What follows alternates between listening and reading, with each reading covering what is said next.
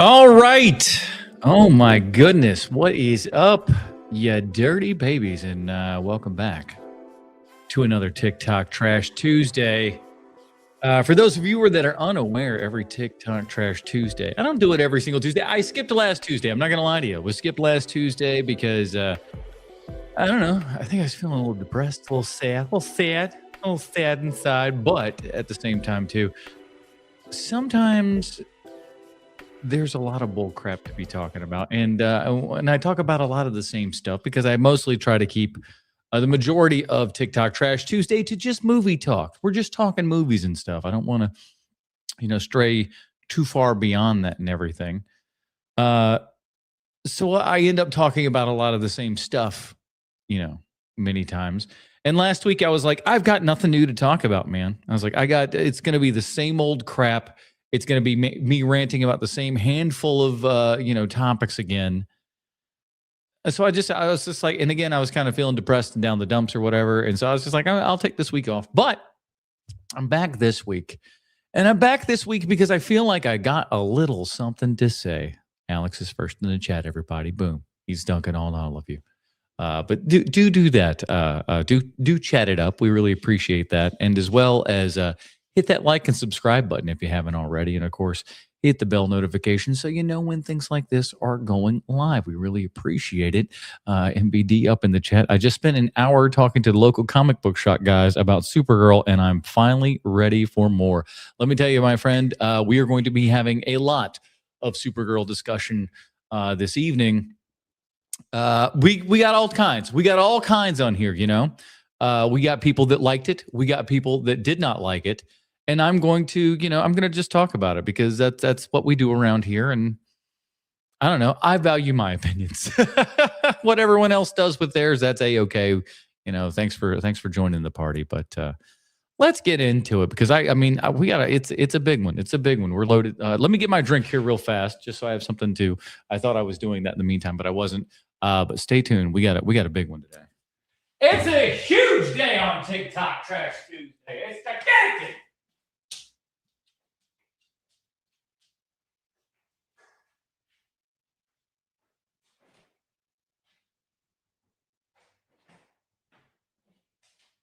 All right. We're cracking open a crisp Dr. Pepper Zero, and we are going to get on with TikTok Trash Tuesday. Dr. Pepper, if you'd like to sponsor the podcast, they'd be like, what? There's no one that watches. Why would we sponsor a thing that no one watches? I'm like, all right. You know what? I say the people that watch are valuable. Valuable MVPs they are. Let's get into it, everybody. TikTok Trash Tuesday 47. Let us commence, shall we? Let's go. I'm going to every single movie theater in Los Angeles for some reason. And today, I'm at the Gardena Cinema in Gardena, California. Oh boy. This is an interesting thing. And this is something that in a sense, I kind of want to do in areas and stuff like that with the YouTube channel is just talk about some movie theaters in general. I don't think that the movie theaters that I will be going to will be kind of, for at least certainly at the start, be more historic kind of, theaters and stuff like that. It would more be me kind of trashing modern day multiplexes and stuff like that. And really kind of, breaking down why the movie theater going experience is really sucking.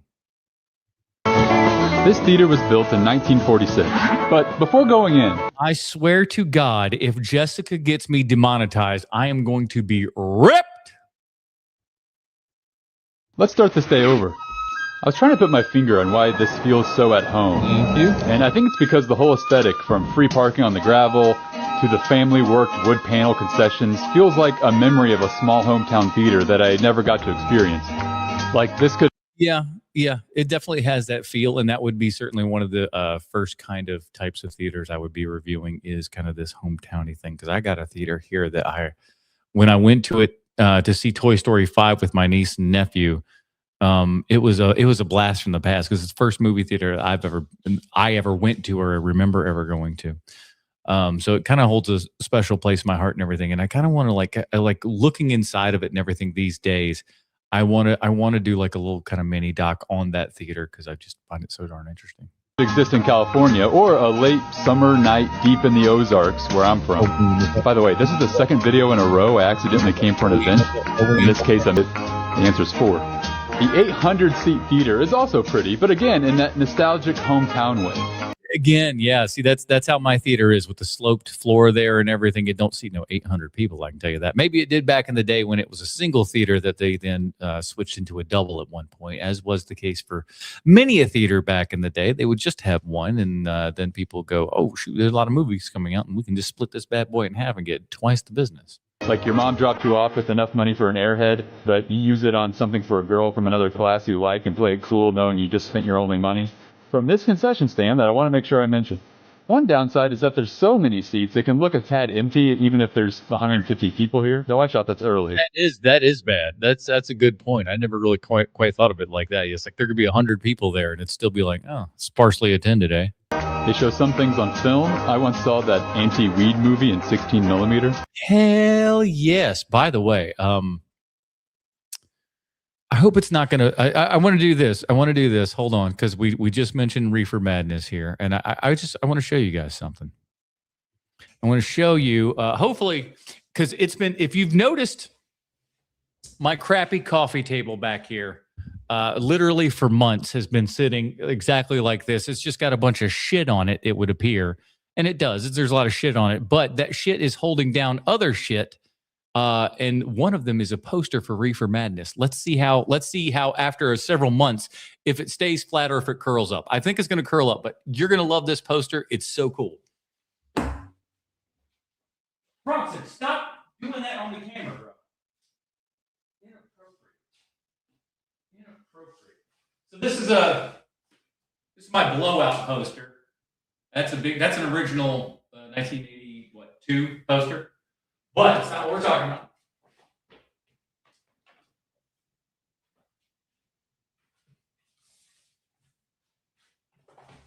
That's going to curl a little bit, but you'll be able to see it. Got a lot of books just holding it down, trying to make it flat. So when it's time to put it in a frame, it'll be easier.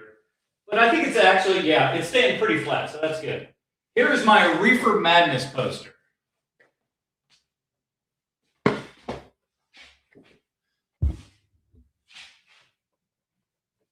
Look at that. When I got this, I got this from a guy in like maybe a poster group or something online. Like this just came in a big giant lot of things that he had. And I think he sold it to me for like $15, $20 shipped or something like that. I was just like, dude, this is so cool. Because Reefer Madness was put together as a propaganda film, essentially. Just, and if you watch it, it's the most absurd thing you've ever seen about marijuana. And I just love this poster because it's like Satan is over you. Just the weed is bringing you down to this, demonic. This is just such a cool poster. I was like, man, I got to get that. And for $15, boy, oh boy, so good. I got a 20,000 Leaves Under the Sea poster that's kind of those same dimensions right underneath this. I won't show that to you, this round. Maybe we'll do that another time.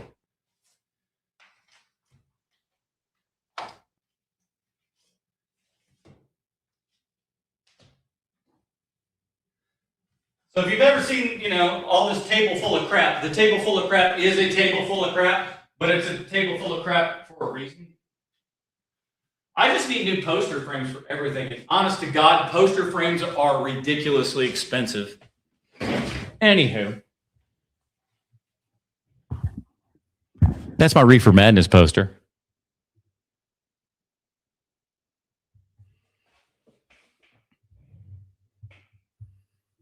Yeah, I actually have that Reefer Madness rip tracks on Blu-ray of all things. All right, back to the thing. I just wanted to, since we talked about Reefer Madness, I wanted to show you my poster. I don't many people haven't even seen that just because it's been sitting under a flattening thing for forever today. You can be part of the Q&A afterwards. So it just never ends? Eat dogs, eat corn, eat shorts. Here's concessions again, now I'm happy. It's a bit of a hike out of the way, so you gotta really make a night out of it. But for the tranquil things I value in a theater, especially family run for decades and community driven, I'm hanging 8 out of 10. Very nice score. And here we are 15 minutes into TikTok Trash Tuesday, and we've gotten through one video.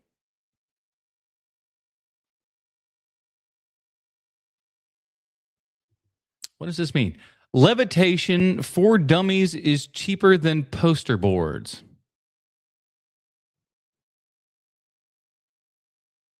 What the hell does that mean? Bueller? What the hell does that even mean? My God. All right, let's get.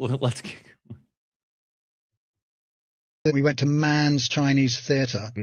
I've been to Man's Chinese Theater. It was a great experience. It was the year 2008, maybe?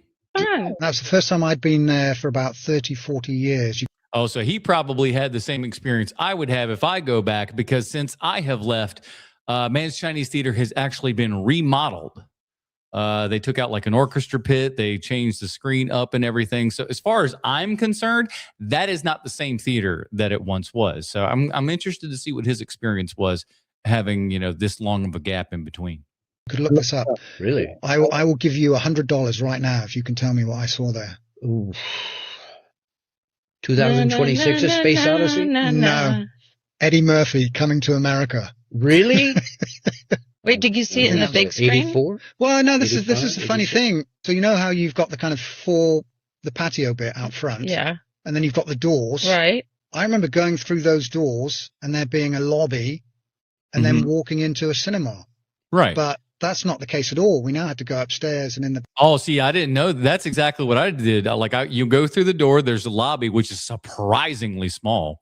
And then you would just go into the theater there. That's interesting. Yeah, it's probably a little bit different. So I don't know if it's changed or if just my memories of it are wrong. No, it's changed. They remodeled, man. They remodeled. They did a whole bunch of things that I frankly, I think are destructive. I think it's destructive. And I think that you have not progressed things. You have regressed them in trying to update for different technologies and stuff. I think it's a big giant mistake. Evil Dead 2013 is not a remake, it is a continuation of the story, and this is a common misconception. Let me explain. At the end of Evil Dead 2, Ash time traveled to medieval times, and there's a scene in Army of Darkness where he comes across 3 different Necronomicons. And in the TV show Ash vs. Evil Dead, there's a woman named Ruby who's a part of an ancient race known as the Dark Ones. Did anybody watch that Evil Dead series? I think I watched like a couple of episodes of the first season. I thought it was fine, but like it just didn't kind of grab me. I mean, I heard the people that liked it really did like it. And they are responsible for writing the books. And over time, one of those books wound up in a cabin in Tennessee, which is the one Ash found in Evil Dead 2. My hometown, my birthplace. Thank you very much. The only things that ever came out of that town are Evil Dead and me. Second book ended up in a cabin in Michigan, which is the one Mia and her friends found in 2013. The third book was locked away underneath an apartment building, but because of an earthquake, it resurfaced, and that's how we got the events of Evil Dead Rise. Well, that's interesting. I like that. Okay. All right. Okay.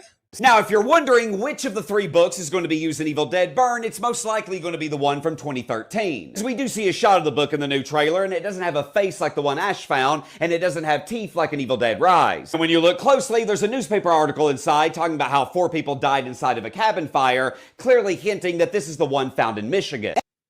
Okay. And this all makes complete sense when you consider that Evil Dead Burn takes place inside the same house that Ruby was living in. Because in the show, her character was on a mission to retrieve the Necronomicon that Ash had in his possession, so it's safe to assume that she got this one as well. But this is what I love about the Evil Dead franchise. Each film is carefully structured in such a way where you don't have to know any of this stuff and you can enjoy each one as a standalone experience. That is true. For the most part, you really don't have to kind of know any of the lore for any of this stuff. You can just kind of jump in. Or you can go down the rabbit hole like I have and learn how the lore is loring and figure out how everything connects. I'm just a nerd for that sort of stuff. I can't help myself. But please let me know in the comments down below what sort of Evil Dead fan are you, and are you excited for Evil Dead Burn when it releases in theaters? I got a good question. Did he? Because I've seen a couple of his videos before. I think he wrote all this stuff backwards for the thing. Could be wrong, but season 2 is where Ash and the Evil Dead really kicks off. I never laughed so hard while also being disgusted by a scene set in a morgue. There you go. That doesn't sound like a Sam Raimi event. As always, I'm very curious to hear your thoughts.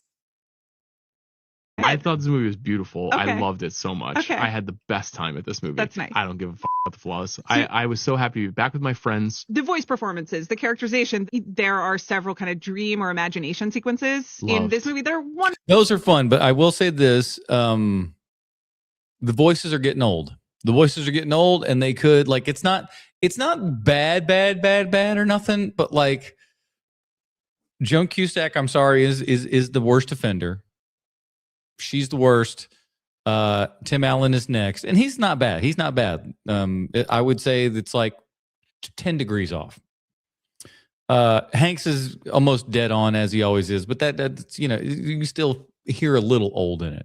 And I liked these little the what I call the girl play sequences and stuff. It goes into this very kind of interesting animation and everything. And it is all the words that are coming out of these toys' mouths and stuff are the things that the little girl is playing with. And these are all the things that she's saying. But it shows us a girl's play in the guise of the animation and everything, which I thought was real fun. Wonderful. Love. Like, it is, there's some nonsensical and also some deeply craven stuff in the construction of the morals of this movie that I think will go over kids' heads and doesn't matter, but that I alone watching was a little irked by. In some ways, this is not a typical Toy Story movie because Woody and Buzz are to some extent more sidelined than they are in other films. And to me, that doesn't really matter. And I never really saw that and went like, oh, this is the wokeification of it. I never had that kind of feeling because ultimately past Toy Story 3, this is just like, you know, this is just extra epilogue kind of stuff, right? Because that story truly is over after number 3. You don't need to go on. The other stuff are fine. And frankly, I think this is a Toy Story that children don't need to necessarily see so much as parents need to see. If you are a parent of a child under the age of 10, you need to watch Toy Story 5, quite frankly. Yep. You do. It's sort of evolving past them in some ways. This is really Jesse's movie. It's really a movie about girls. And even though Bonnie was in the last film, I wouldn't say that this is a movie franchise that has focused on the story of girls as much. But that's the thing, though. I was like, I don't necessarily. I didn't watch it and be like, girls. There's it's young kids and a shy kid not being able to kind of express herself enough to other kids and speak up and talk and all that kind of stuff. And again, things that parents should be teaching their children how to do is converse and interact with other children.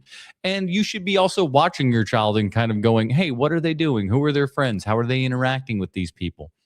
Her parents don't do that much in that movie. Started with Andy. A lot of the heroes are male. Even some of the female figures that are introduced into it, like Bo Peep or Mrs. Potato Head, never really had a center on that. Let's be honest. Half of the cast is kind of passed on, if we're honest here. Jim Varney's gone. Estelle's gone. Who else? There's a couple others that have kind of kicked off as well. So for me to see it, and for me to also, and I will say the guy, whoever they had doing the Jim Varney's Slinky the dog, good voice. To be in a period in my life where my daughter is figuring out how to make friends, and kind of like what that means to make friends and what are going to. There you go, right there. Like the reason that this movie hit him is because he has a child, specifically a daughter in this case, and that's I get that. Be established in long-running friendships, and what are friendships that are more transient, and if you're a little bit eccentric, how do some people receive your eccentricity socially? I found the movie to be like really warm and really thoughtful and considerate about all those things. Yeah, we're about the same age and everything, so that makes sense. And if you got a kid, that even adds even more on top of that. So yeah, adds up. I've never liked numbered sequels. Are you serious? Titles, I want to be clear, not the movie itself. Besides it coming after the first one, it tells me absolutely nothing. Black Phone 2. Okay. When sequels Or if you do, you like need to have a subtitle, like The Backrooms 2, Electric Boogaloo. actually do something with the title, I immediately become more interested. It gives it more of an identity. Some even have fun with it. And there are exceptions. If the story was always meant to Yeah, I mean, like Dune Part 2, that's a different sort of thing. continue, Part 2 or Chapter 2 can feel earned. I understand why numbered sequels exist. They're clear, recognizable, And your audience is dumb as a rock, so you might as well just treat them like the idiots that they are. great for marketing. Spider-Man 2 is fantastic. That's not my point. Thank you. I just think the best sequel titles market the movie and give it an identity, not just a sequel. That's correct. I think from top to bottom, Child's Play is the most consistently great horror franchise. I stopped it right here and I kind of thought about it for a second. And I think he's right. So here's my impromptu ranking of every movie. Let me know what your ranking looks like in the comments. I think Cult is technically the worst one, even though I don't hate Cult of Chucky. I don't think it's as bad. Like it's disparate and different than all of the other ones for sure by the most part. But I think that's kind of why I liked it in a weird way. But I could see this being at somebody's bottom because it is kind of the most non-Chucky of the Chucky films, I guess. I still find this enjoyable, but it's just the only one that looks and feels like a direct-to-video Chucky movie because it is a direct-to-video Chucky movie. Everyone hates on Seed, but I think the John Waters cameo alone is worth the price of admission. Agreed. Oh, sweet Jesus. God bless the little people. And that literally is the cameo. That's it. That's all John Waters is in that movie. Is that like one little thing there? It's super, super great. My birthday buddy, John Waters. John Waters, come on the podcast. We'd love to have you. Yeah, man. Seed of Chucky is pretty good. There's a decent amount of fun to be had there. But yes, in good conscience, I can't put this anywhere higher than towards the bottom. But it's not great. It's not great. It is falling apart. But like, I guess I could say that it has its moments. The Child's Play remake from 2019 gets a lot of hate, and understandably, this doll does look weird as fuck. But I think Mark Hamill did a bang-up job, and this is a fun sort of reimagining of the Child's Play lore. Exactly. It's just different than the other one was. It's telling the same story in just a slightly different way. Couldn't agree more. I'm nostalgic for CP3 because it would play on a fucking loop on the USA Network as a kid. I actually think some of these kills are underrated, specifically the barbershop. Fuck, I forgot about the garbage truck scene. I haven't seen Child's Play 3 in a long time. You know what? CP3 rules. Haters be damned. But yes, it's sort of in the middle of the pack for me. Curse is a return to form in a lot of ways. After sort of venturing into horror comedy status for a couple movies, Curse is what brings this franchise back around to being scary again, and I think this one absolutely fucking delivers. Yeah, I think I agree with that, yeah. The original absolutely still holds up, but it does function as almost more of an action movie, especially for the first 2/3. That aside though, nothing will ever take this out of the top 3 for me. Child's Play 2, for many years, was locked into my number 1 spot. And I think that would be the case for a lot of people. Number 2 seems to be at a lot of people's number 1, but we know what it is now just because of the powers of deduction. This is my favorite Child's Play movie from childhood. I've probably watched this more than any other horror movie, honestly. But I'm knocking it down a peg for the sake of this ranking, because I think all things considered, Bride of Chucky is the perfect Chucky experience, and the first to really lean into the darkly comedic aspect of this franchise. He gets so mad. That's my favorite part of like kind of the later Chucky movies from Bride on. He gets so like even more so than the other movies. He gets so frustrated and mad that it's just so funny that this little doll character is so pissed. The way that everybody reacted to Disclosure Day is so weird, and I can't stop thinking about it. First of all, I have a disclosure of my own. I did not like the film. I didn't much care for it either. Like, I wanted it to be good. There's elements of it that are good. It's weird from a movie that like looks amazing, is well acted. It's got a great score by John Williams, no less. Ultimately just feels vapid and empty. And like we get to the point where like it's called Disclosure Day. So you guys understand that there's going to be aliens in this. So it's not a spoiler to say that we see Alien. And then when we do, it's kind of like, okay. What year is this? What year are we working with here? Because if this was like 1986, we'd be like, oh my God. But in the year of our Lord 2026, seeing a big old, black-eyed alien ain't no big whoop. You know what I'm saying? It's a gray. All right. Thought it was easily one of Spielberg's weakest. But the weird thing is that I felt strangely uncomfortable about saying that out loud. But then it came out, and the critical response and the reviews have been uncritical, glowing praise. People are saying that Spielberg is back and he's better than he's ever been. And I'm just left thinking, am I insane? Did they see the same movie that I saw? Listen, no, they want to be invited to the next premiere, so they keep it on the positive. Listen, art is subjective. Nobody's going to agree on everything. You don't have to agree with my opinion, but that movie has some issues. First of all, the dialogue is extremely cumbersome. There's also this first draft quality to a lot of the action staging and plot. The villain characters will just make cartoonishly stupid blunders. It's just very outdated and too overly optimistic. Exactly. And I don't even care about the optimistic part. I'm an optimistic person, but like it feels like an outdated movie that is trying to have some sort of updated new quality to it, because the way that the story is told is that like you're launched right into it. They don't give you any kind of build up. The wheels on the train are already going, and so they just throw you in the middle of it, and then they kind of try to reveal things as the movie itself goes on, and it kind of falls apart in that way because it's just like you're trying too hard to be interesting and cool, and it just we would have rather just had a better story. I don't know. And you can like the movie. You can even love the movie. That's fine. You don't have to agree with me. But I think there are some pretty obvious flaws with the film that hold it back from being one of Spielberg's best. And I just thought it was crazy that nobody was talking about them. But then the backlash came. There was a second wave of people who said that the movie sucked, that Disclosure Day was the worst movie of all time. Now, that's a little much. I mean, come on. Those people haven't seen Megalopolis.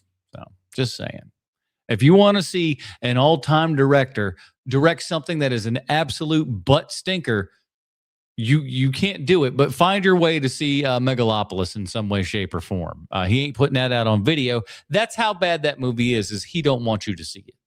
How about that? Or at least it was Spielberg's worst.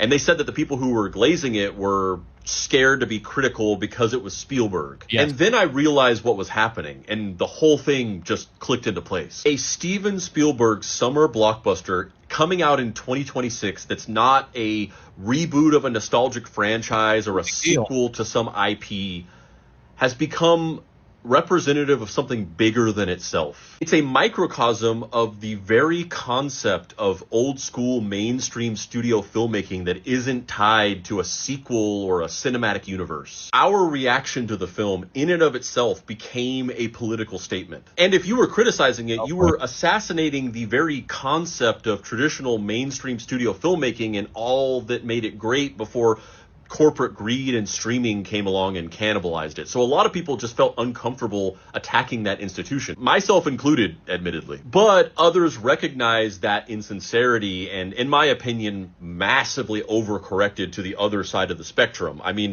yeah, listen, the movie itself isn't absolute dog shit. It's not. It's like I said, all of the elements are there. Unfortunately, what they add up to is a big old giant nothing.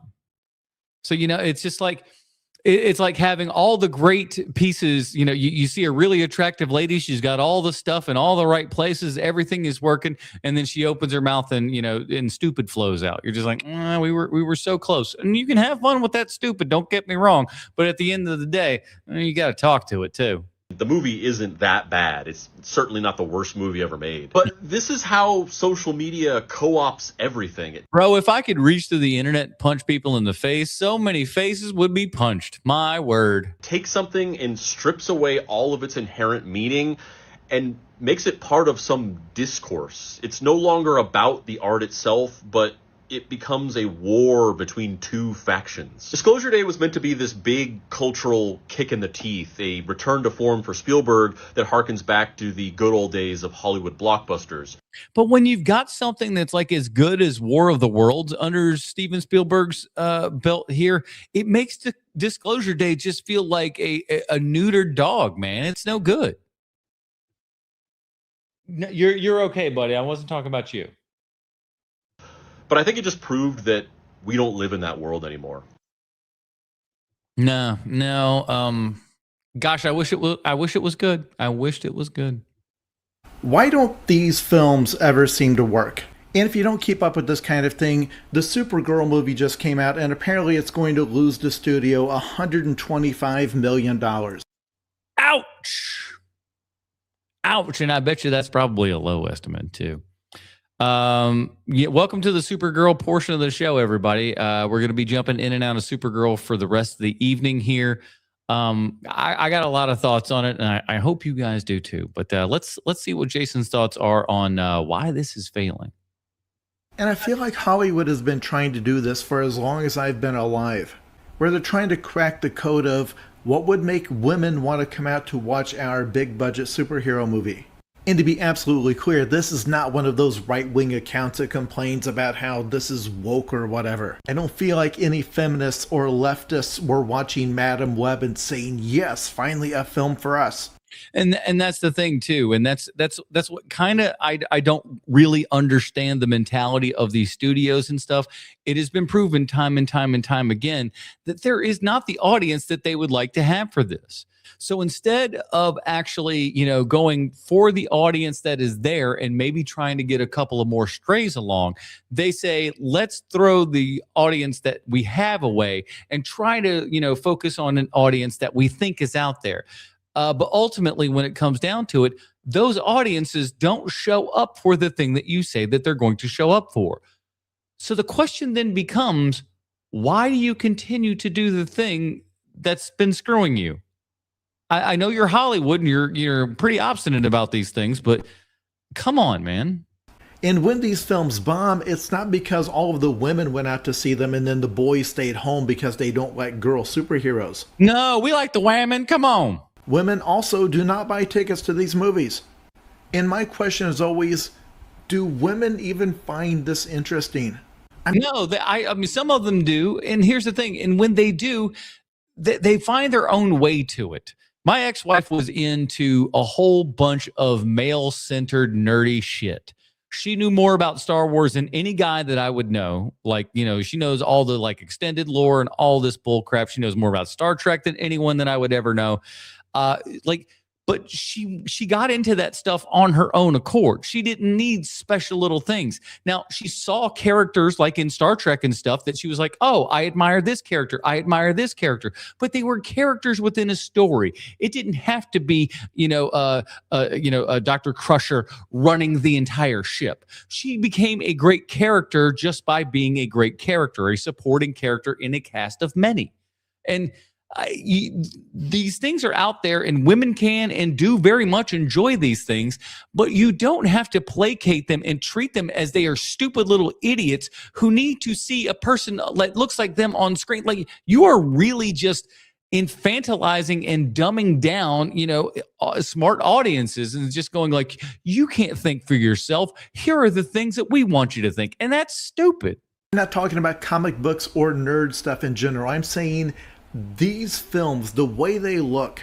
I guess what I'm asking is, are there women out there who normally would not care for this big, noisy CGI mess, who say, but if you give me women doing all of this stuff, then I'll go buy a ticket? Yeah, exactly. They're not watching, a Neville Dean Taylor movie and just going, I would watch this if it had girls in it. No. Again, I am not saying that Hollywood shouldn't worry about representation or shouldn't try to cater to women with these films. I'm saying, is this actually doing either of those things? Like, I remember when that Harley Quinn movie came out and there was a bunch of well-meaning reviews saying, yes, finally a film like this that caters to the female gaze, pointing out that the film does not objectify the female bodies and that the aesthetic is more for women. I don't know, a little Mary Elizabeth Winstead and that kind of did it for me, but that's just me. And I'll tell you, if Margot Robbie didn't have all those shitty little middle schooler notebook tattoos, that would have brought her up a little bit in that movie. But is it? Like, just because it's more colorful? And to be clear, women stayed away from this film in droves. And it has always seemed weird to me that Hollywood can't figure this out.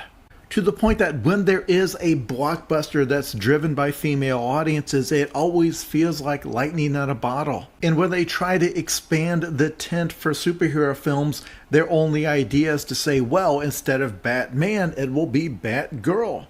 Where it feels like if you wanted a character that does for little girls what Batman does for little boys, that you would be starting from scratch with a completely different approach. No, that takes intelligence. That takes brains. We don't want to use any of those things around here.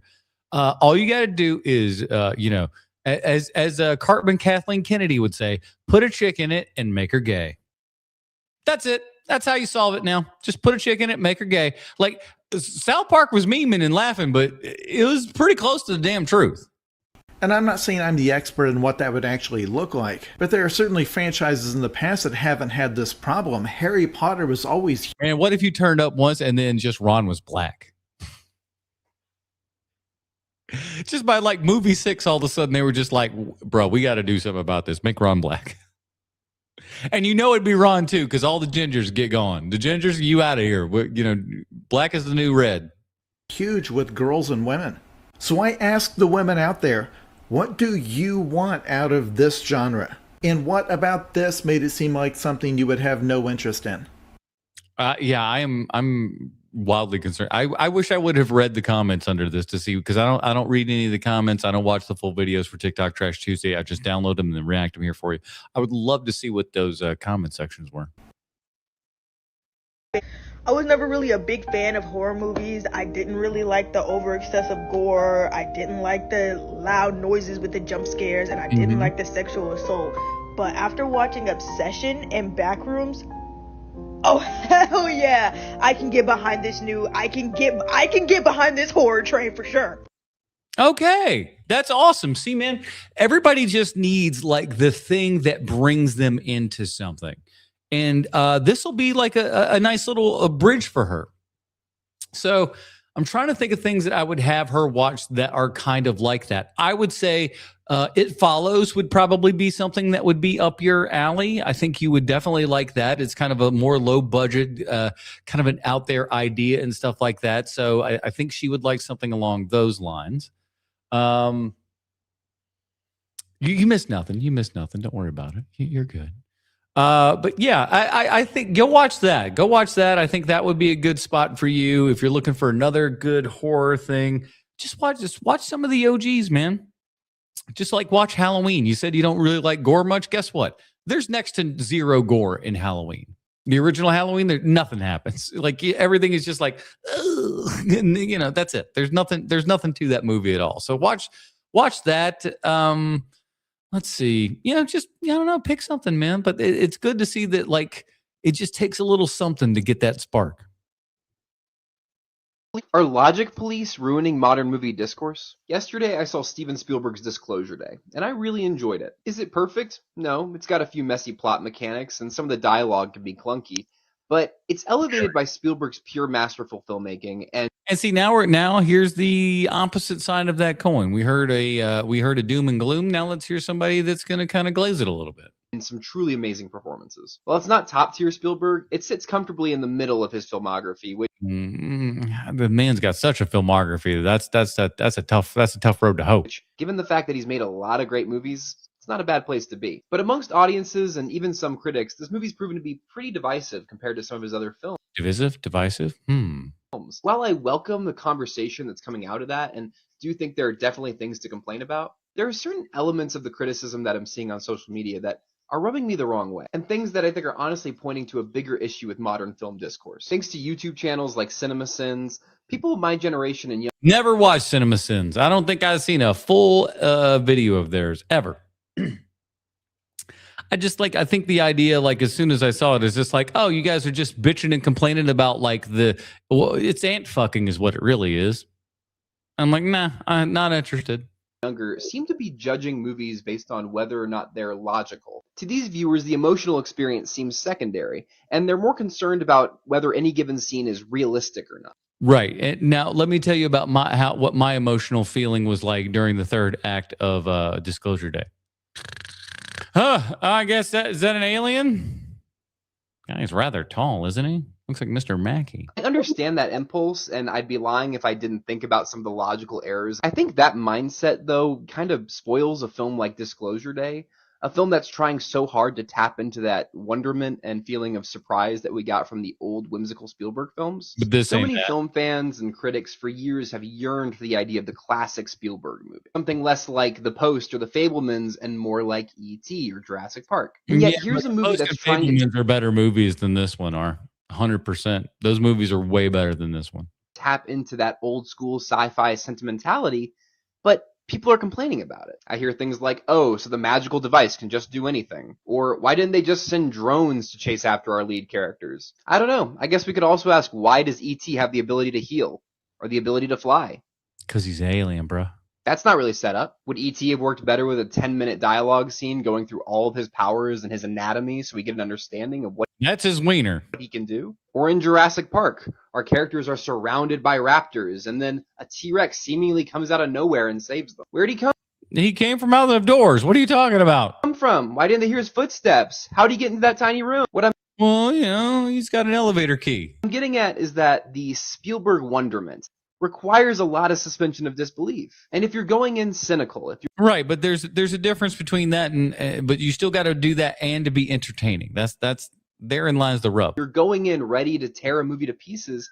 You're not meeting a movie like Disclosure Day on its level. Well, I came into Disclosure Day literally knowing Steven Spielberg, aliens, and what's her face. That's it. I literally knew nothing else. So I came to it as blank as you possibly could. And that's certainly not to say you had to like the movie. There are incredibly valid criticisms about Disclosure Day, some of which I completely agree with. I love film criticism, and I welcome it in all forms. But just ask yourself when you decide to talk about a film. Are you approaching it as a film fan, or someone who just decides to nitpick? Someone who wants to be a member of the Logic Police? But as always, those are just my thoughts. Feel free to let me know what you think of modern film discourse, and give me your thoughts on Disclosure Day in the comments below. I'm sure they'll be varied. Yeah, some people that is a problem. That's a problem. Is that people just need to realize that, like, hey, just review a movie for what it is, and not necessarily what you wanted it to be. The Criterion Collection sale at Barnes & Noble is coming up soon, meaning that all Criterion Blu-rays and DVDs will be 50% off. So it's the best time of year. Is that going on right now, or did that just finish? Is this just an old video? Hold on.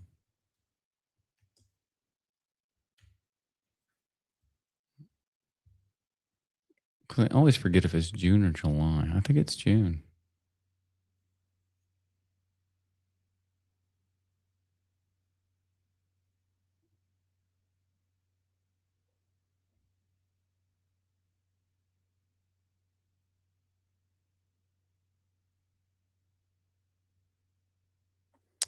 Ends 7/26. Okay, so yeah, we're actually just starting here. Okay, I wanted to make sure, because I'd seen a couple of videos about people talking about it, but I don't got no money, so I won't be spending anything. But let's see what we could get. To get Criterions to add to your collection. The list of movies that I want from Criterion is so long and it's always growing. There's one movie that I'm for sure getting during the sale, and that is Scorsese's The Age of Innocence. I have to complete my collection. I've got the VHS, the DVD, and the score. I love this movie. I didn't even know it was part of the collection, which is crazy. I'm definitely gonna get something else off my list because a lot of them I've been wanting for so long, but I'd love to hear any recommendations of movies that you think I need to add to my collection. If they're on my list, that's great. Why should I get them? Is it the restoration that's amazing or the special features? I'm really looking to add some foreign movies as well as some horror to my collection. I don't care if I've never seen it. I love watching new movies, and the likelihood that I'm gonna enjoy the movie is pretty high, so please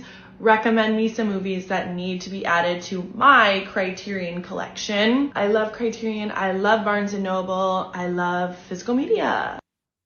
Okay, I'm gonna say you need to get House or Hausu. You'll definitely enjoy that. That's a foreign horror film, so we're kind of tackling two categories with that one. If it were me, if I'm picking up stuff, I still want to get that Wes Anderson 4K box set there. That one's definitely one. Whenever the Kubrick one that they just announced, I'll eventually get that because I'm a sucker. And I'll have to, maybe pawn a kidney or something like that. But yeah, man, there's so much to go through. Get like Face in the Crowd, stuff like that. That's a good one that you wouldn't think of as like, Andy Griffith is a bad guy. Were you offended by Apu in The Simpsons? Oh, in The Simpsons, was I offended? No.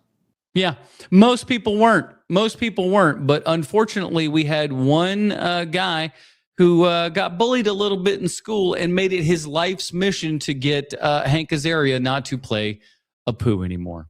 What an absolute load of bull crap. It really makes me mad how much they just, said, oh, no, this is bad. This is a bad thing. This is a horrible characterization.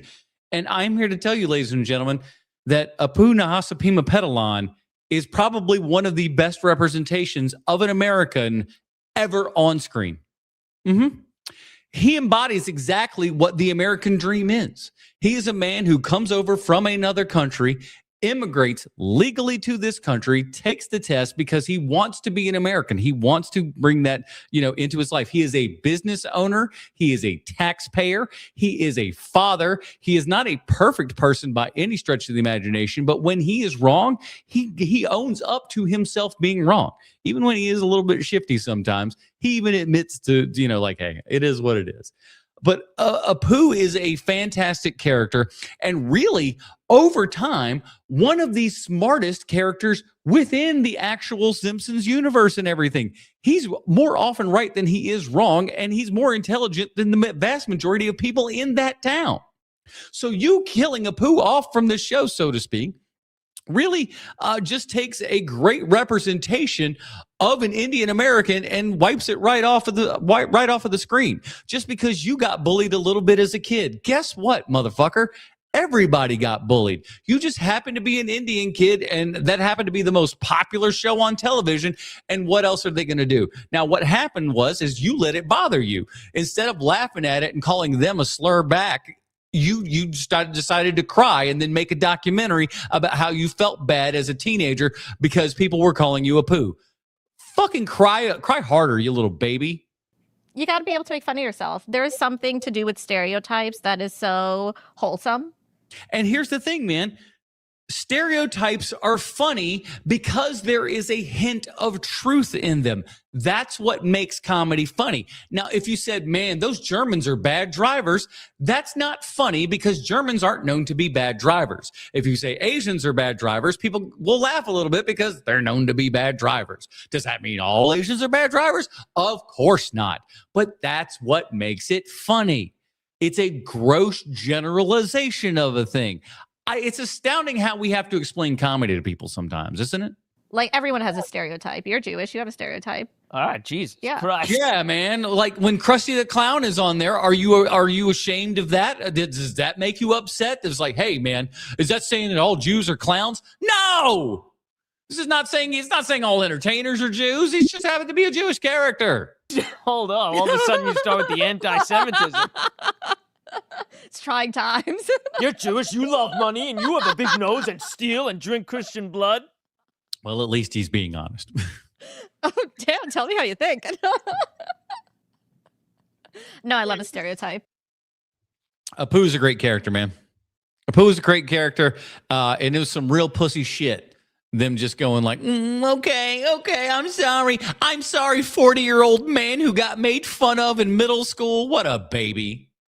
What a baby. I got made fun of in school for being fat and 4 eyes and the shaking eyes and all this shit. And you know what I did? I became funny. The weirdest plot that I see Hollywood films do again and again is what I call robots are Jesus. Robots are Jesus. This is where a robot has to sacrifice its own life to save humanity, often in a way that humans will not know about or appreciate or may not even deserve, which is then sometimes, but not always, followed by a resurrection. It is weird how often this comes up. Like if the franchise has robots in that fictional universe, it will probably have this scene. The scene where it will have to sacrifice itself for the people and then probably be resurrected. Jason, do you know why this is? Hollywood is filled with heathens.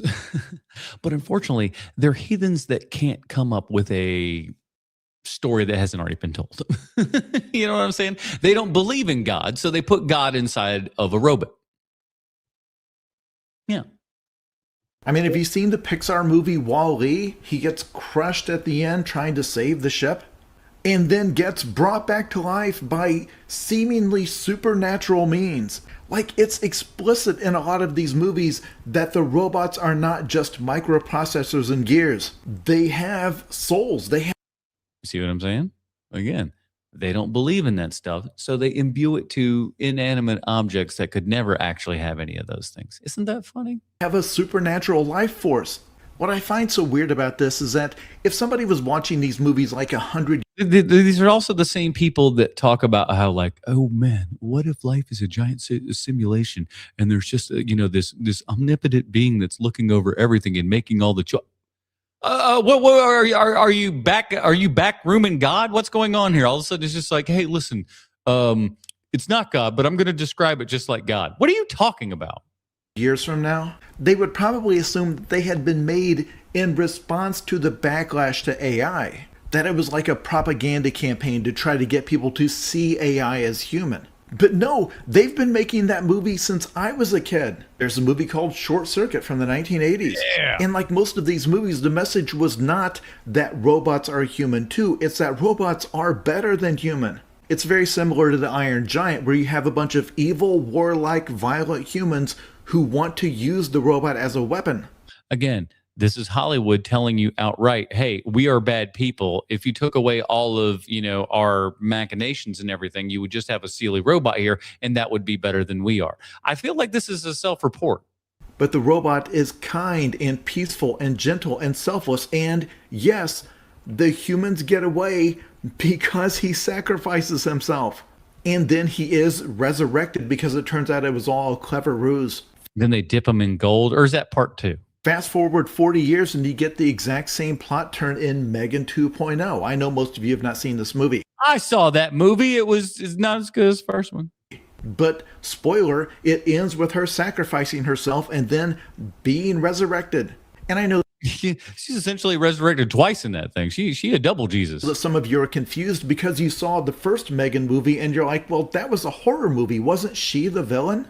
But that's the other thing. If you ever do make a movie where the robot is murderous, there has to be a sequel where there's a robot that is good and selfless. Yeah, exactly. Like Alien and Aliens. Exactly. Like in Aliens or like in Terminator. And in most of these plots, they will contrast the robots with humans where the humans are violent and selfish and short-sighted. Where the humans are violating and exploiting the innocent machines. And there's this paradox where if the robots ever do something terrible, it's because they were programmed to by the people, whereas all of their positive qualities are innate. And that's consistently what you see over and over again. They're just people, except better. The robots don't have our negative attributes. They don't have greed or lust or envy. But they, or at least one of them, will have all of our positive attributes. They'll be funny and witty and loving and kind and loyal and selfless, to the point that they will make the ultimate sacrifice. Over and over again, they will do it, and they will do it for a humanity that doesn't seem to deserve it.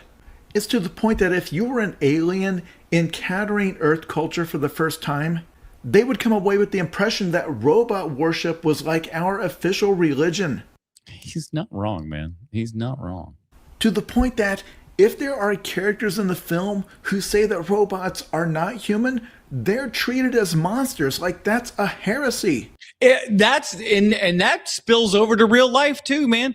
I promise you, the more and more that we are going to get humanoid like robots and stuff, there are going to be enough people out there that are going to want you to treat that robot as if it were a person, as if it had feelings, as if it had, dignity, respect, life, whatever. It's bananas. And no, I think we should be calling them clankers and being racist like that, because that's just like, nah, man, don't be letting the clankers get a big head. It's kind of weird. Fuck them clankers. But yeah. Jackie was coming from Hong Kong and I'm coming from stand-ups. He didn't say anything in the first meeting when we met each other. What do you mean? He was in a meeting and we was talking about the movie, getting ready to do the movie, and Jackie didn't say nothing the whole time. He was just like shaking his head. Okay. And I pulled the director aside after the meeting. I said, does he speak English, man? There's no way we can do this movie if he don't speak English, man. I got to have him communicating with me. He said, don't worry, he's just checking you out. That's what they do. He's Chinese. He's just checking you out. I just look at that guy. Why he keep talking? And Jackie's just going, I'm not going to get in a word in edgewise. And he's so fast. Mostly people like Brett Ratner and like my manager, Jackie, the movie is really good for you. I understand, And Chris Tucker,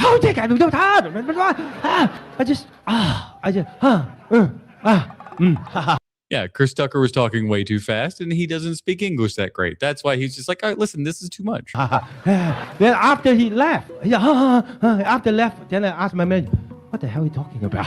I don't even one word come from his mouth, and later on he used it in the movie. And too young, and come to the set. There's so many ideas, and he was late on the set. Oh, who's surprised? Who's surprised Chris Tucker late to the set? I don't know. What's going on in the industry? It's a hard time. It's a hard time. I think it's something like Boo hoo. Boo hoo. Oh, the industry's suffering right now. Guess what? It's your fault. Yeah, it's your fault. All you guys in it. It's your fault. Your ship is sinking, and guess what? You're the ones who put the hole in it. So my sympathies are not really there. Unemployment is up like 18% between 2022 and 2024. The layoffs were up 42,000. Oh, we can go shoot some verticals. Let's go shoot some verticals. That'll get us all work.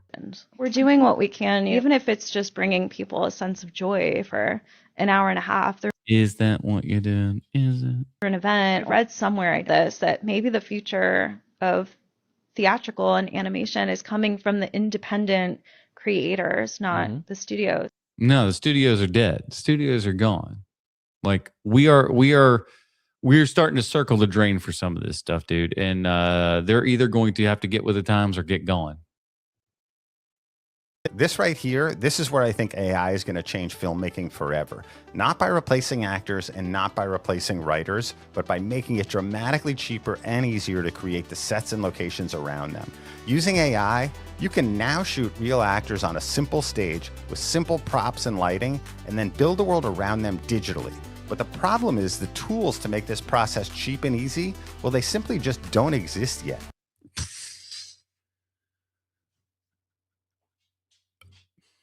Hey, here's the future of it, if indeed it ever existed. What?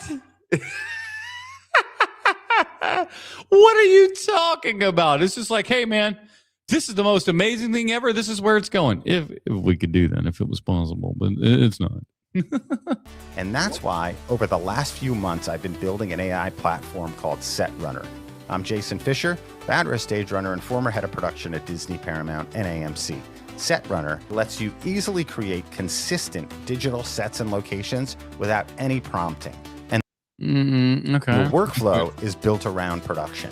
First, you design the set, then you lock the set, then you direct the camera like any filmmaker does. And that's the magic here. SetRunner solves the bigger production problem. It lets you create consistent sets that you can then save, choosing your perspective, camera angles, and lighting. Okay, so this is the Hey, listen, if indeed this does what he's saying it does and it makes it actually look good and not like absolute garbage, I like this. SetRunner platform. And let's say your script calls for an exterior of a residential house. Well, if I'm the production designer, maybe I'm starting with a sketch of the house. So what I'm going to do is upload that, along with a few other creative references. I found this image of a house with some stone material and pattern that I like, so I'm going to add that. I like this window for the front. I also found this garage door that's pretty cool. Below each image is a text box, and you can type really simple instructions here. Use this house, use this stone material and pattern, use this window, use this garage. And now we hit generate, and SetRunner creates the first version of the set. Looks pretty great. Well, at this stage, I'm not choosing camera angles yet. I'm still designing the set. And from here, I can keep refining. Let's say I want to change the garage. Well, I found this other image of this black garage, so I'm going to upload that. And while I'm here, let me show you guys something that's really cool. I can also draw directly on the image. It tells SetRunner what to change in that specific area. So let's say I want to add a palm tree to the front yard. I'm going to draw it right here. And in the text box, I'm just going to type, add the palm tree where I drew it. And then I hit generate.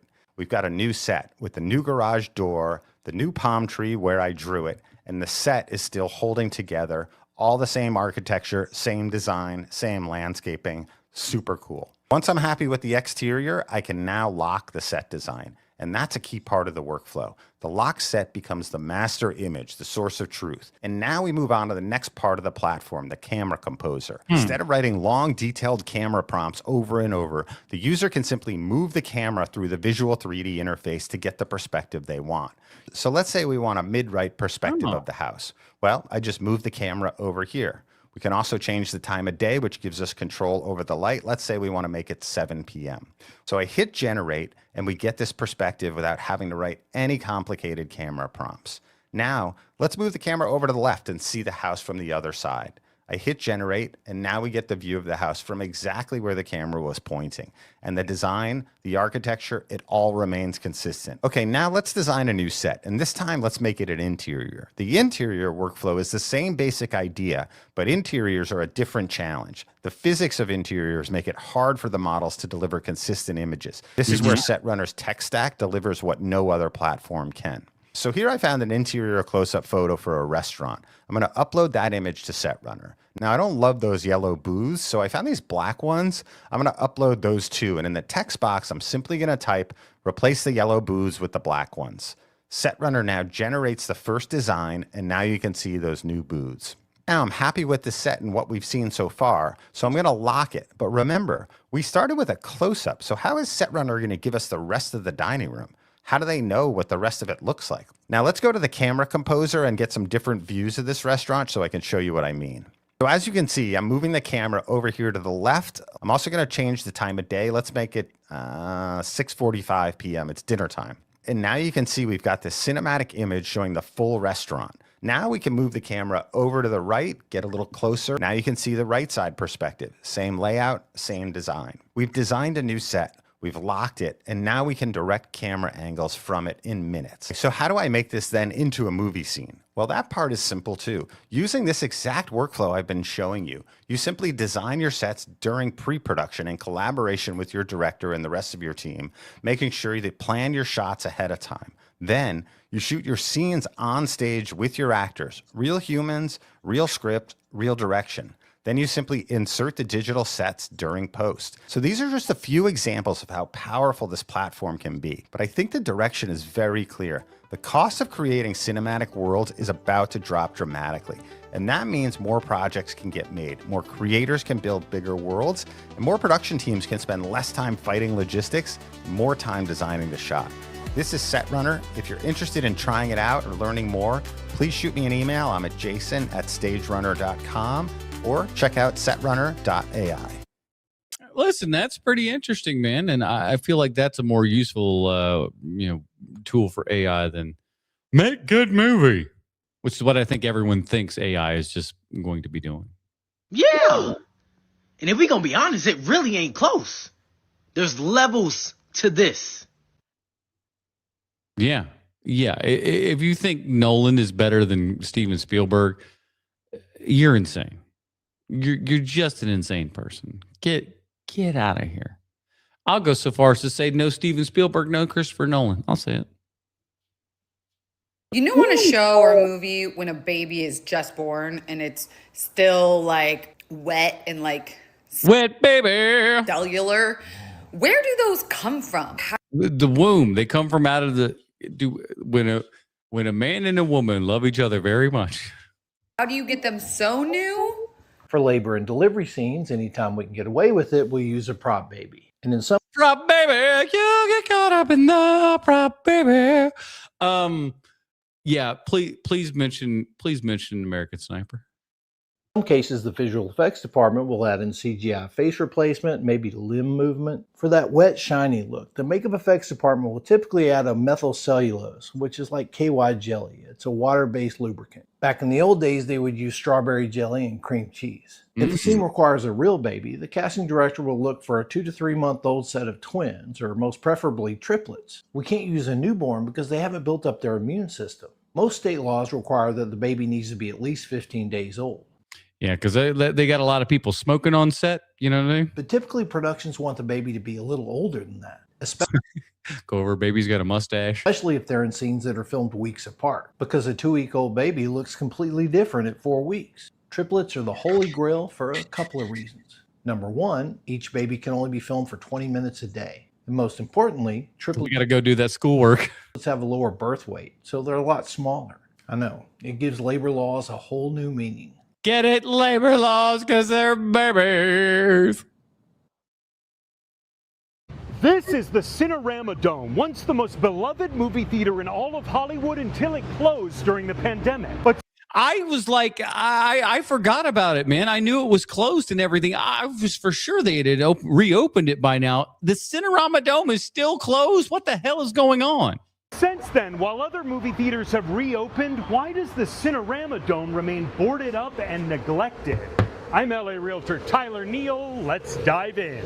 Let's dive in, Tyler. By the 1960s, Hollywood was the capital of the movie business, but many of its old grand movie palaces were aging. So in 1963, movie mogul William Foreman decided to build a new kind of movie palace on Sunset Boulevard, showcasing a new projection technology called Cinerama, with a giant curved screen, 3 projectors, and immersive sound. And he made a deal to open the theater for the world premiere of It's a Mad, Mad, Mad, Mad World, one of the biggest movies of that year and the first movie to be shot specifically for the new Cinerama technology. But the premiere was only months away, so Foreman needed a building that could go up fast, hold a massive screen, and avoid interior columns that would block the audience's view. So he hired architect Pierre Cabral, who designed the world's first ever all-concrete geodesic dome. Made from a network of 316 concrete triangular panels that spread stress across the curved surface. The result was what looked like Hollywood's version of a space-age cathedral that quickly became one of LA's favorite movie theaters, hosting some of the biggest movie premieres of the era. But by the late 1990s, the movie theater business changed again as multiplexes were taken. Man, does that look exactly like the old Matthews second run theater right there? Holy. Taking over, and the Cinerama Dome was almost demolished. But after a public preservation fight, it was saved and declared an LA historic monument. As well it should. And why it's not open serving the denizens of LA right now, beyond me. That went on to become the centerpiece of a new theater complex that changed the way we go to the movies, called the ArcLight, featuring reserved seats, which was unheard of at the time, no commercials, bars, fine dining, premium movie food, and a more sophisticated atmosphere. Then in 2020, the pandemic forced movie theaters across the country to close, including the ArcLight. But after the pandemic, once movie theaters began reopening, the beloved ArcLight and its Cinerama Dome remain boarded up and empty without any explanation. The Foremans, who still own it, teased reopening the ArcLight several times. Yeah, and I was fairly certain that it already kind of happened and went on and everything, but I guess not. But with continual delays and never a clear timeline. Meanwhile, multiple other movie theater operators were interested in leasing and taking over the theater complex, but the Foremans turned them all down. Which begs the question, if they don't want someone else to reopen it, why haven't they reopened it themselves? Some speculate they're planning to build condos in its place using something called demolition by neglect, when a historic building sits empty until it's too damaged to salvage, at which point the city would theoretically allow them to tear it down. Whatever the case, the more time that goes by without clarity on this landmark's future, the more frustrated the Hollywood community has become. What do you think? Will the Cinerama Dome ever reopen? Let me know in the comments. I'm LA Realtor Tyler Neal, and if you're looking for a home here in Hollywood or anywhere else in LA, give me a call. Yeah. Knowing LA, knowing its history and everything, they'll tear it down. There'll be a bunch of ding dongs. It's just how it goes. I come so close to buying into Mad World every Criterion sale. I still have it on like a Blu-ray from way back when. The scariest barbecue in Texas is at a gas station from the Texas Chainsaw Massacre. I don't know that I'd be eating no barbecue at this place. I don't care how good it is. Just 30 minutes outside Austin, this gas station was featured in the original 1974 Texas Chainsaw Massacre. Which makes sense why today, inside you won't find gas, but instead tons of horror movie memorabilia. Shortly after the movie was filmed, this place was abandoned and fell into disrepair for decades. That is, until it reopened about a decade ago, and now simply goes by the gas station. If you want to stay here, you can actually rent a cabin out back, and they have actually even hosted weddings on Halloween here that were officiated by the literal real Michael Myers. Got a half pound of brisket. Again, horror fans are a different breed, dude. Barbecue sauces here are crazy though. They got the normal, but they also have a ghost pepper barbecue sauce. I want to see Caleb complains in pain. It's not spicy. This is their Saturday special. It's brisket stuffed jalapeno poppers. Spicy. Now watch me whip. Kill it. Now watch me nay. With my friends, we get turned up. The hell? Why are audiences laughing during Obsession? And with this face, oh boy, this is going to be a good one. I thought you guys were exaggerating when you were saying that audiences were acting weird watching Obsession in theaters. Nope, just got home, literally just got home from watching the film.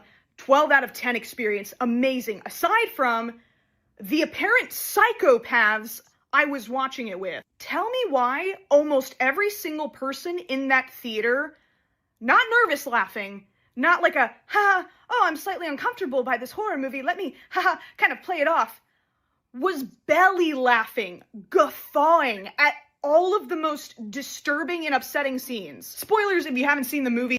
I'll tell you this, the thing is the movie-going public is dumb. Spoiler alert, people are stupid.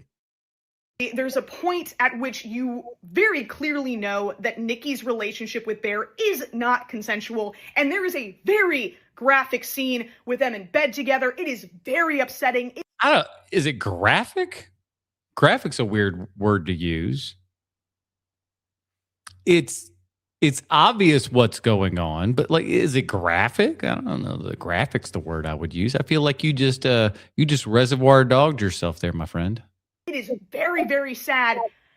And there is a whole row of people in front of me and a guy in the corner just laughing like it's the funniest thing they've ever seen while the bed is squeaking and you are looking into her haunted eyes. It genuinely made me want to throw up. That reaction made me more disturbed than anything that I was seeing in the actual film. Like, come on. We have to, at a certain point, there has to be a line somewhere, right? And so you have eyes. I don't know. Do you live in a red state? Do you? I don't think you do. You can see the obnoxious haircut I have. Guys, I never do this. I've never done this before. And I have been in some really, really rowdy theaters. I literally had to yell, hey guys, she's getting blank. Can we chill out? That's how loud and obnoxious and just utterly psychopathic the laughter had gotten. And before anyone says anything, no, these weren't kids.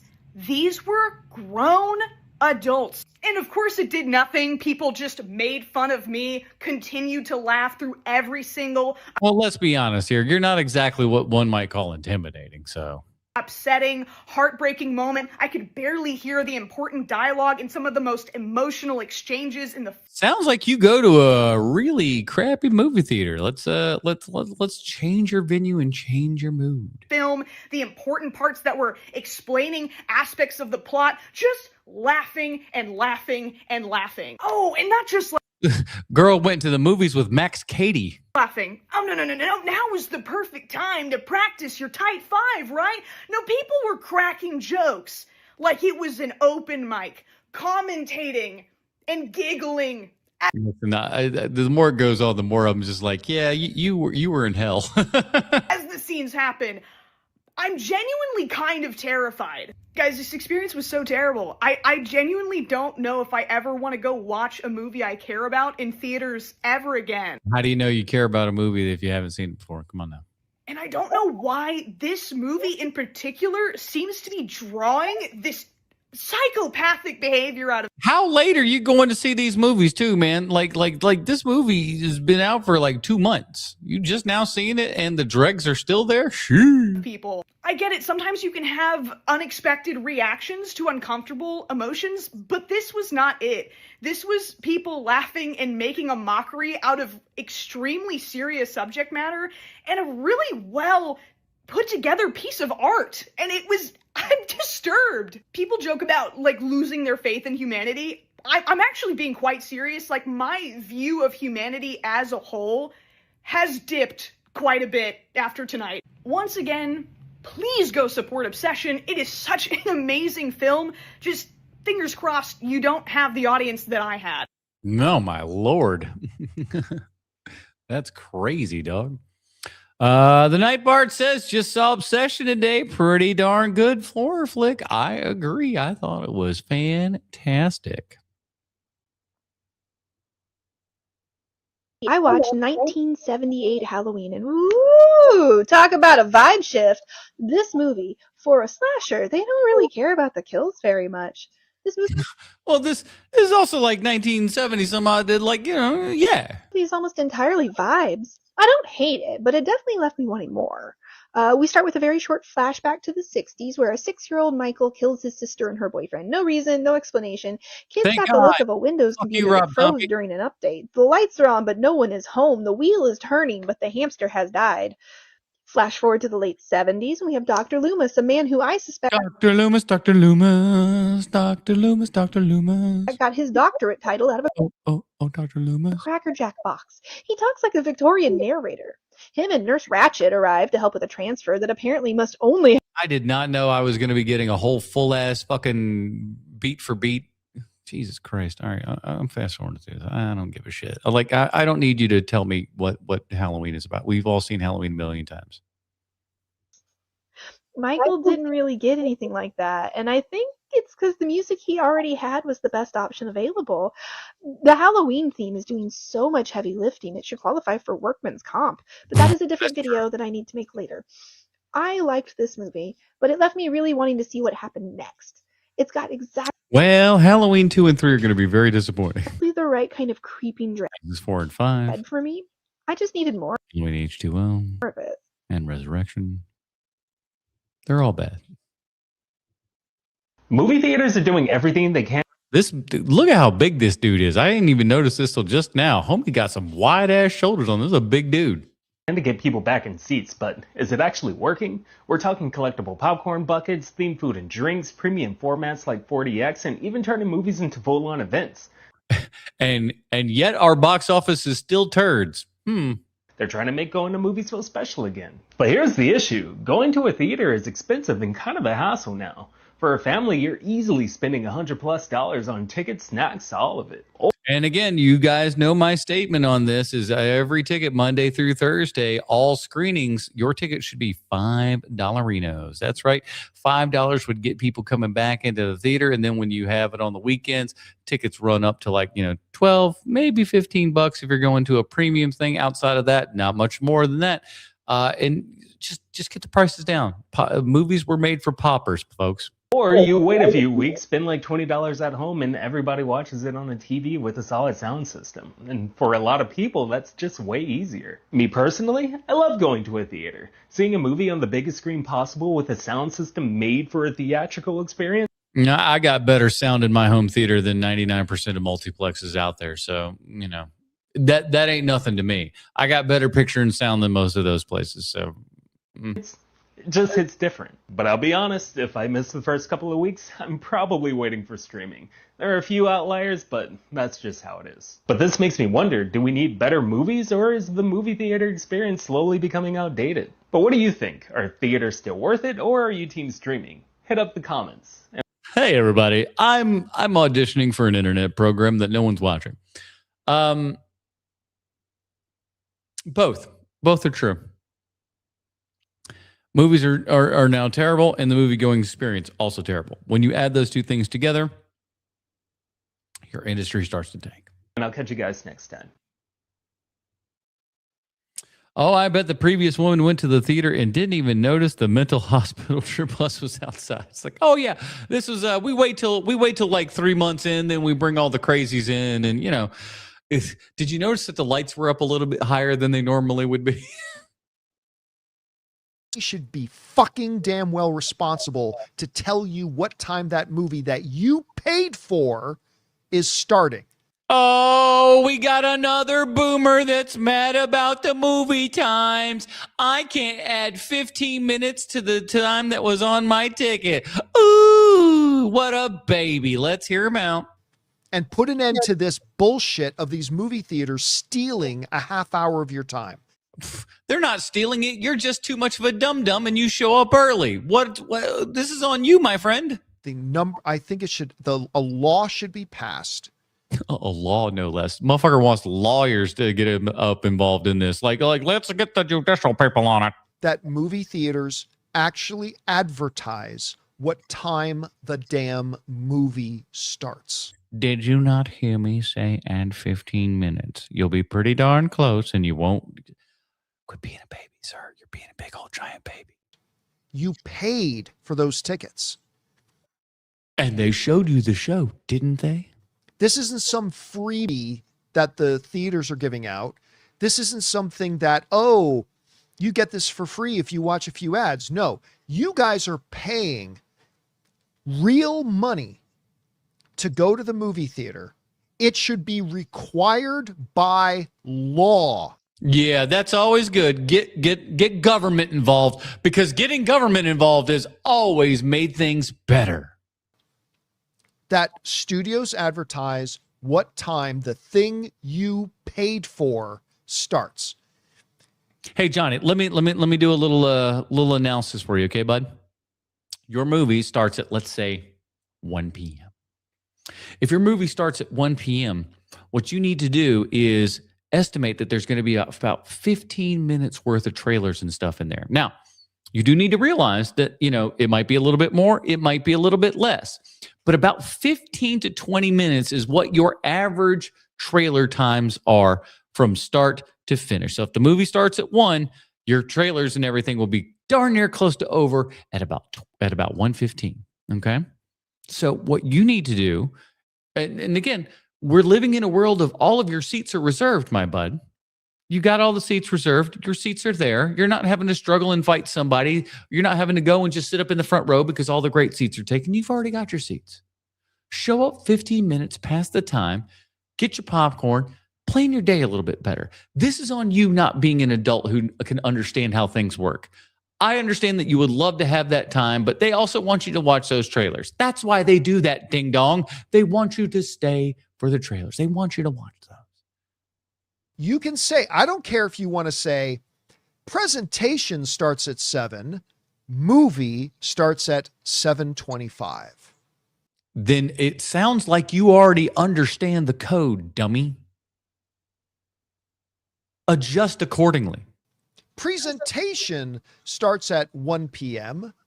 Movie starts at 1:30. No one's doing 30 minutes worth of stuff. You're full of shit if you think that that's true. And if you are going to a place that shows you 30 minutes worth of ads, that's on you, ding dong. Because Regal, AMC, I would imagine Cinemark, because I don't go to those very often, just because they're not around here. But like the majority of those are not showing 30 minutes worth of trailers and or ads. You're wrong.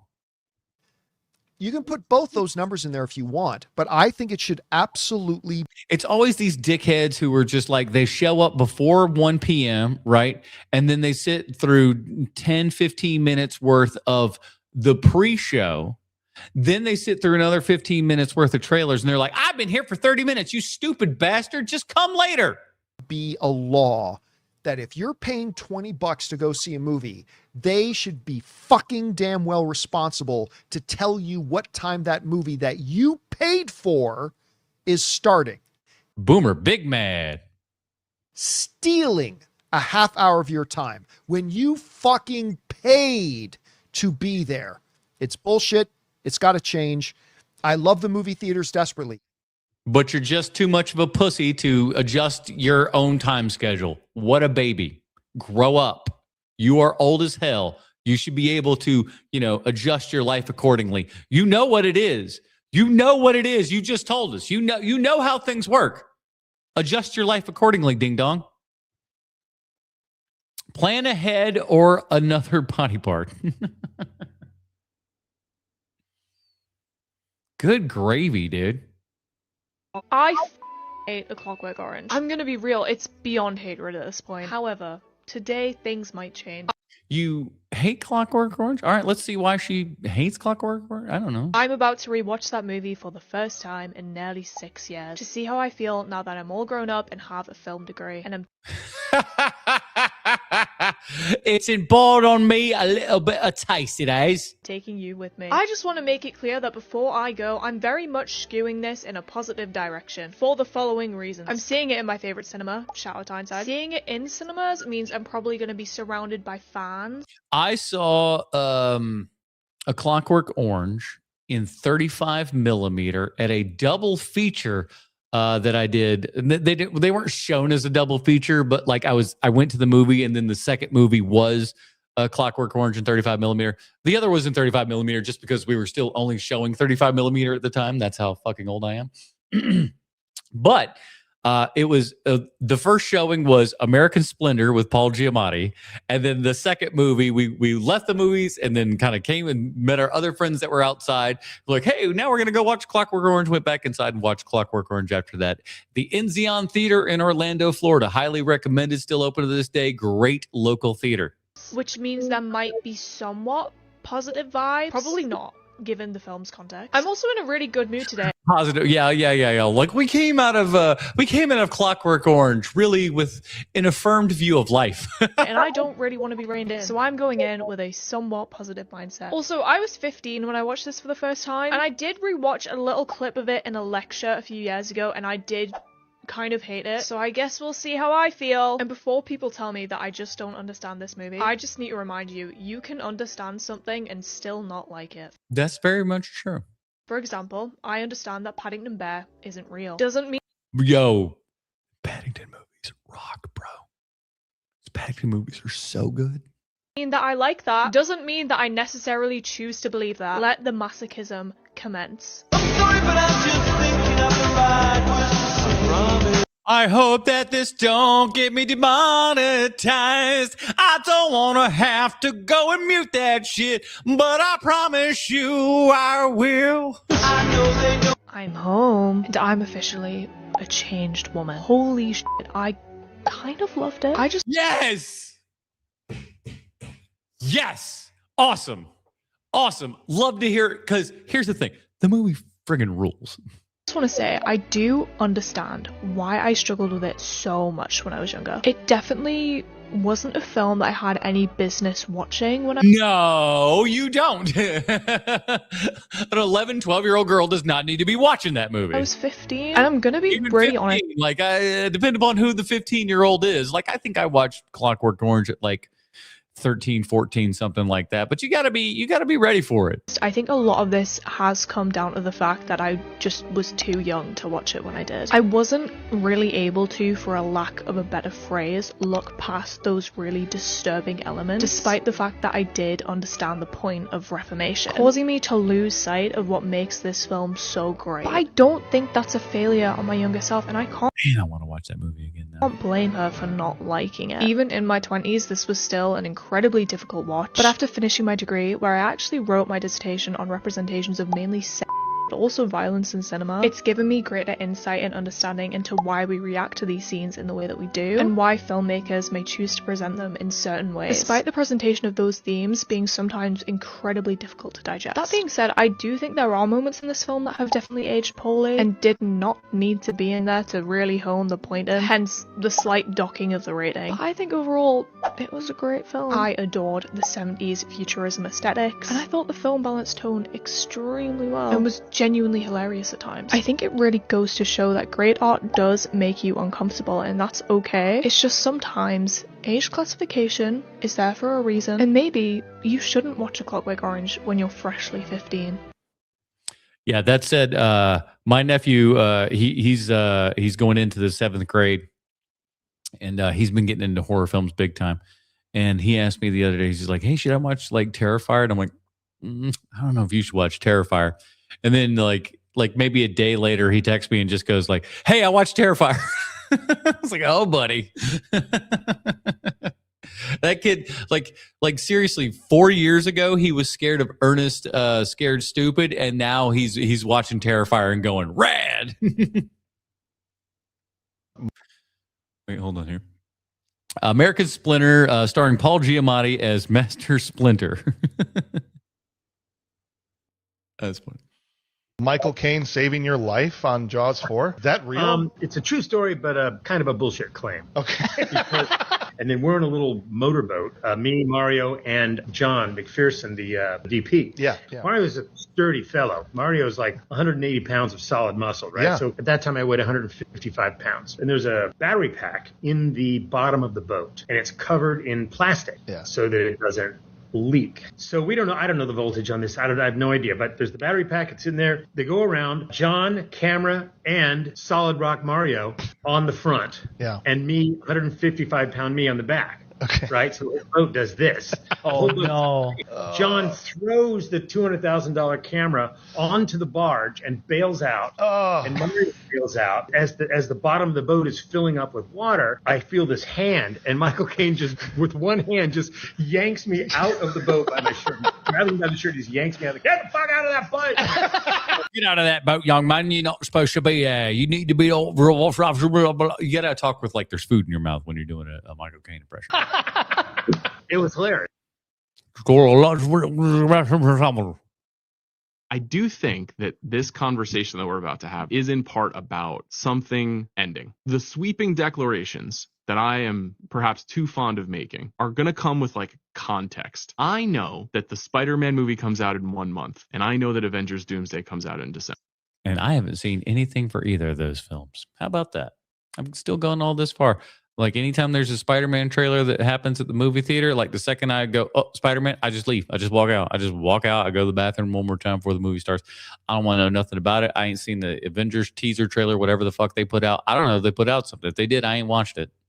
In all likelihood, those movies will be very big. I look forward to both. I don't know. That's a good question. It's a good question. With Supergirl making only $30 million, I think the movies will make a little bit of money, but I don't think we're going to be busting $150 million openings no more. It doesn't mean it's the end of superhero movies or comic book movies, but the era in which they basically dominated our adult lives feels like it's wrapped up. And it doesn't mean that something new can't start. It doesn't mean that there won't be movies like this. Again, there will be. There'll be a lot of movies like this because movies like this can make a lot of money, especially if they're done well. Yeah, and that's the thing. They're just going to become less of the kind of there's 3 Marvel movies a year, 3 DC movies a year. Those times are gone, and frankly, we over here at HMP are happy about that. I felt like a certainty, like a calm, actually. Okay. When this movie ended, where I was like, all right. The ability to do this specific thing does feel now ended. There was a time when doing this job, it was so central to the culture of movies and to the culture around movies, which are symbiotic but different things, that I just had to consume it and know about it. At this point, and with this movie, we went to the screening, we had a drink, then we went home, we're going to podcast about it, and then we never have to talk about it again. Isn't that the great? Isn't that great? Isn't that great? You get it in, you get it out, you're done. That's right. They live within their container, which I think is a healthy way to consume entertainment. Mm-hmm. Yes. And to me, this is a little bit of the undoing of superhero fan culture, or the mainstreaming of that, the throttle that has on the way we consume and talk about entertainment. That's it. To be totally clear, I have always objected way more to the fandomification of movies and our universe than I have to the movies themselves. Mm-hmm. Some of them are not very good, and some of them I enjoyed. Like, I can turn my brain off and be stupid and watch people fly around. Yeah, but we got to learn that there's a little bit more than that out there. This studio you're looking at right here, you've likely never seen this before because it's been the exclusive home to one of the most successful independent TV series of all time. But for the first time ever, it's opening its doors, and that means producers from around the world can finally film here. And guess what? This isn't in Europe or the Middle East. This is in Texas, just outside Dallas-Fort Worth to be exact. I'm Jason Fisher, founder of Stage Runner and former head of production at Disney, Paramount, and AMC. So yeah, Texas has quietly become one of the most popular production markets in the country. Austin has the history, Taylor Sheridan is putting Fort Worth on the map, and a new $1.5 billion state incentive is making the entire region impossible to ignore. And tucked away from all that is 5 and 2 Studios, and this is something completely different. This isn't a speculative real estate project, it's a battle-tested production campus. And the centerpiece is this 12-acre practical backlot built around a huge lake, featuring more than 40 standing structures. It's the kind of scale that can transport a project thousands of miles without ever leaving the state. But the backlot is only part of the story. The studio features more than 55,000 square feet of soundstage space. So if you're shooting something historical, this is a turnkey solution. It comes fully stocked. Wardrobe, set dressing, and props, all completely period accurate and ready to go. But don't let the ancient streets fool you. The real advantage here goes way beyond the physical space. It's the management team. They built this place from the ground up to support one of the best looking, most cost-effective shows on TV. This team, along with a network of local vendors surrounding the campus, they know exactly how to move quickly, staying one step ahead of the schedule. You aren't just renting a stage here, you're actually getting a team that comes from production. This is a facility made by producers for producers. So yeah, Texas isn't just offering incentives anymore, it's building the permanent infrastructure that allow large-scale productions to set up camp and stay. And what is California doing? Fuck all. It's pretty sad. So it's official. Texas is now a Tier 1 production hub. And if you haven't heard of 5 and 2 Studios yet, now that the doors are open, I have a feeling you're about to. All right, let me refresh my drink here, and we're gonna convert to standing mode. Oh, hop down, everybody. Here we go.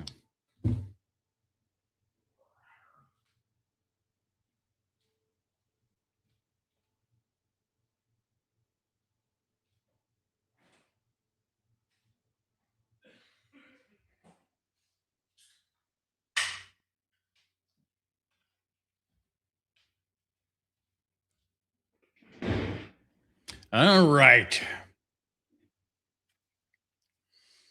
If John Bernthal, in every role he has, he's always saying, "Let me tell you something. Let me ask you something." Yeah. Was that ever in the script, or is that always improvised by John Wow. Bernthal? Let me ask you something.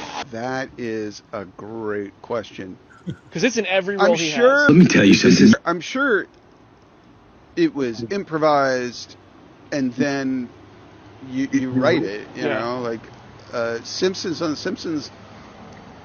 Doe was annoyed grunt. Mm-hmm. And Yeah. That was an interesting thing, and Dan Castellaneta just decided that was the thing. then it became Doe. Yeah. So, let me ask you something is his Doe. Yeah, even as the Punisher, he'll do it to Daredevil. He'll be like, Really? "Let me tell you something, Red." And it's become like the John Bernthal thing, where everybody knows he's gonna. That's Let a me good ask you something. Let me tell you something. But it started I'm pretty sure it started with Shane. I'll say this: you'll never not be able to see it now. The last 2 things that John is on now, he wrote. He wrote Punisher: One Last Kill. And then he co-wrote the Bear episode that is like He did that special episode, yeah. That special episode. So we should do our research and find out if he is writing it. If he put Doing in, that let me line, tell yeah. you something, or he's like, oh no, you don't need to put that in the script. I provided. I got those on lock. Don't you worry. It's just 4 magic words that a demographic of this fan base will just shut the film down the second it's announced. Female-led superhero movie. Right, because how many of those have done really, really well? Let's count. None? Okay. I know it sounds ridiculous. But that's what it is. I mean, there's so much proof out there just looking at the box office of stuff and seeing the discourse online, and I just don't see any male-led movies that get this kind of hate before a movie even comes out. That's Morbius. You're wrong. You're wrong. I just gave you one right there. Pretty thing. And guess what? This movie made less than Morbius. That tells you something, don't it? That's the crazy part. I get it if they went and saw the movie and they were like, wow, I did not like that. That was not a good movie. I did. I knew nothing about the movie. I think I saw the original like teaser trailer once there, knew nothing else, had zero expectations. And you know what? It's pretty crap. Movies just, it's boring, it's forgettable, and it doesn't live by its own standards. But to not even see the movie and be in my comments and be like, that movie's trash. I read this article. I saw this post. It's like, what happened to watching the movie and making up your own mind? I agree.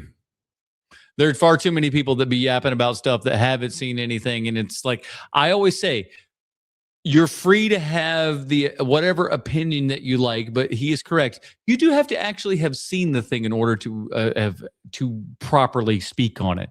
And I tend to do that myself, where I won't poo-poo something completely until I've actually seen what's going on.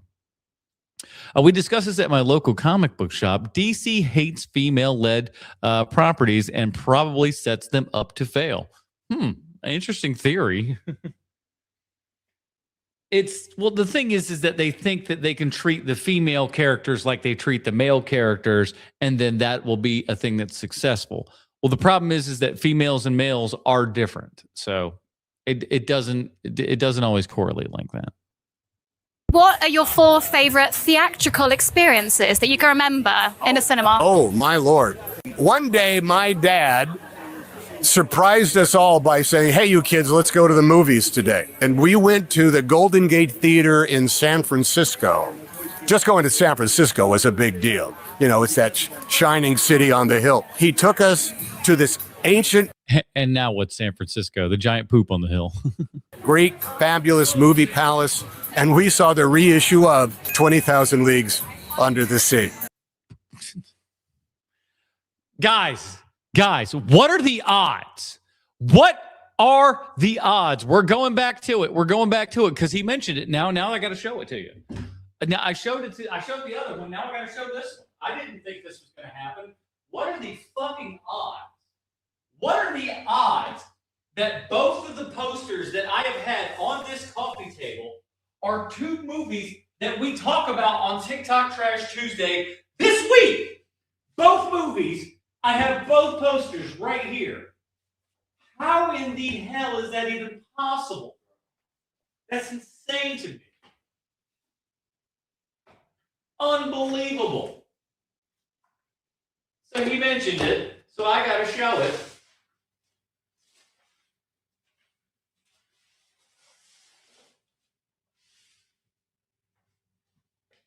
Here's my other poster. Come,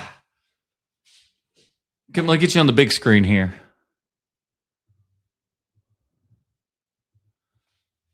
Oh, no, on me. Thank you. This is my 20,000 Leagues Under the Sea poster. I can't believe we talked about both movies that I have these posters. And these are all screen printed posters, by the way, as well. So these are all kind of, how many of these did they make?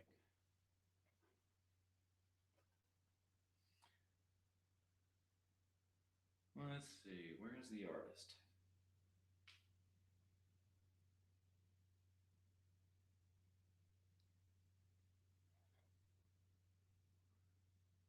I can't find it, but they only made a couple of these. Oh, wait, there it is. 119 out of 185. So they only printed 185 of these. I think it's pretty cool. I think this is going to, once I get this framed, I think it's going to go in my bathroom. Wow, man, that's crazy. 20,000 Leagues and Reefer Madness both mentioned. And I have both posters right here in the living room. That's pretty wild.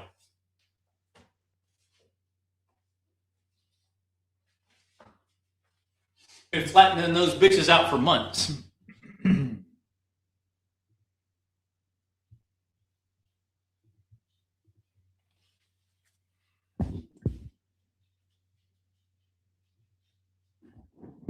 Yeah, 22. That movie would be amazing on the big screen. That's crazy. Planet of the Apes at the State Theater in Red Bluff, California. It's honestly 102 degrees outside, but it's ice cold freezing in the theater. The very first time I walked to the movies by myself to go see Woodstock at the Cine 7. And one of the times that I saw 2001: A Space Odyssey by myself. I drove to the Cinerama Domes. Ooh, man, if you go and see 2001: A Space Odyssey, the Cinerama Dome be a place to go to see it. Wow. We're out in Concord, California, and I walked in by myself, and I watched it twice. I watched the first show, and I just stayed for the second one and watched the second one. You have an incredible memory of all the films you've seen and the cinemas as well. We would. I bet you would if it's one of the most impactful. Like you asked the question, lady. What are the most interesting experiences of movies in your life? And of course, you would remember where you were and what you saw. I just mentioned it, and here my double feature of American Splendor and A Clockwork Orange in 35 millimeter. Yeah, of course I'm going to remember when and where I saw that. It's huge. Yeah. I remember when I saw 2001: A Space Odyssey. It was on an IMAX screen. Maybe it's a FOMAX screen, but it was an IMAX screen nevertheless.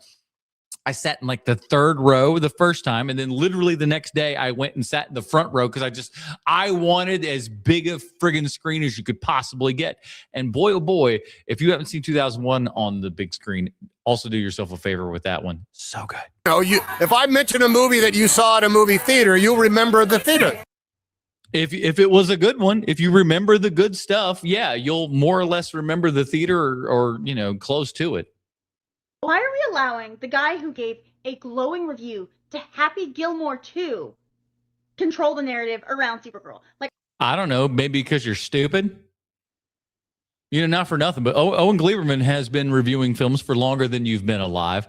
I've not necessarily been a great big fan of this guy over the years. He was somebody who I always saw in Entertainment Weekly. I think he's doing for Variety now.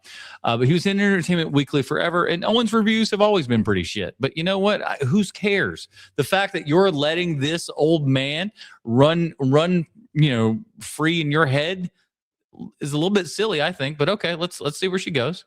I'm losing my mind over this. So I went to go see the movie to see whether or not it was actually good. Yeah. We all did, right? Many spoilers in here, but I swear I'm not going to go super in depth with plot. It doesn't matter. You could spoil the shit out of this thing and it doesn't really do anything because nothing really happens in the movie. So, feel free to not be, oh no. Very quick review, giving you a general idea of what my experience was going into it. So I want to start off by saying, 1, the script is not bad. It's not good either, though. It is not good. The script isn't anything outstanding. It's not the best thing. Isn't that funny how everybody just kind of cribs it in a little bit of something? They just go well, it's not, but it is dog shit, but it's not that bad. The world, but it's definitely not bad. I would say it's slightly above mediocre at points. Wow, again, glowing praise here. Slightly above mediocre. Woo! Maybe relying on some occasional plot contrivances, like the villain having the antidote around his neck. Well, yeah, you always got to put it just out of reach. And then when you almost get ready to kill this guy, stop, give a lesson about how you're not supposed to kill him. And at the same time, don't get the anecdote. So dumb. Why is he carrying that around? Maybe they literally just say it's because he's kind of an asshole. He likes to torment people. That's why he does it. He's a bit of a dickhead. That's it. Oh, and it's easy plot contrivance. It's part of that great script we're talking about. It was explained and I just missed it because I did go to the bathroom at a point. Oh, because you were so fucking bored that you were just I won't miss anything. Time to go to the potty. Alcock was fantastic as Supergirl. Was she though? She just really elevated everything. She was really natural. Wait, let me do my Millie Alcock. Oh, bro, I'm waking up, man. Oh, we've been drinking real hardcore, bro. Girl boss. That's pretty much it.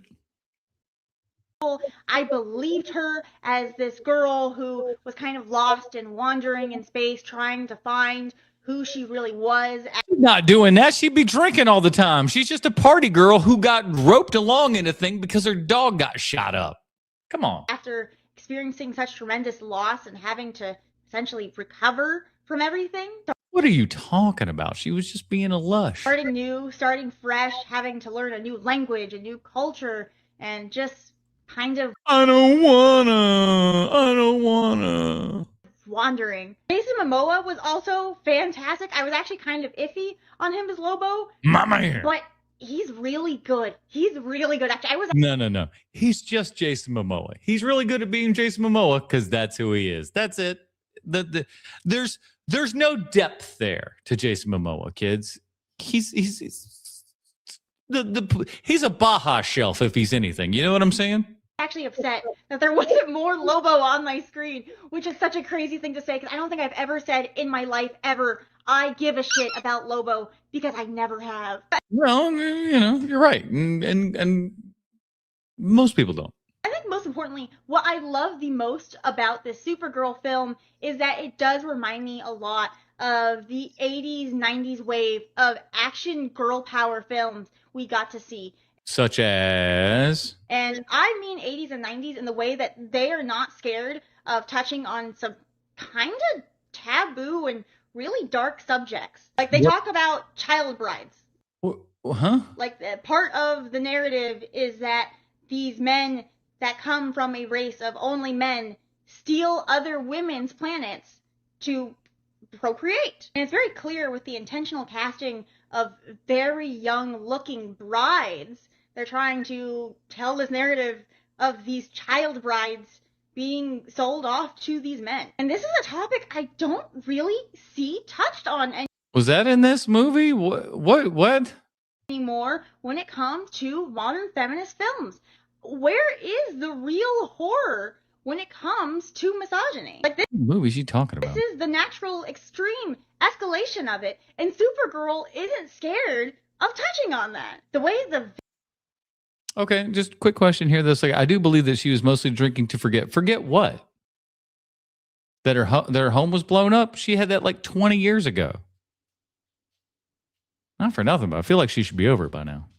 villains are designed, even the little minor antagonists like the space pirates. I actually love how the space pirates are designed. It's so fun. It reminds me of a lot of those 80s, 90s It reminds me of the Gimp from Pulp Fiction. action sci-fi films I used to watch as a kid. Overall, if I were to rate the film 1 to 10, 5 being I'm generally satisfied with the product and didn't feel like I regretted spending my money. No, that's closer to a 7.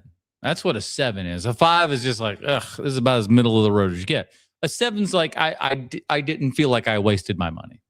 I would rate this film a hard 6, maybe soft 7. Though Okay, then see what I mean? That's where it sounds like it should be for you. I am feeling closer to 7 the more I'm ruminating on how much I actually really liked the film. Wait till she sees it again. You guys keep safe, have fun, and keep doom scrolling.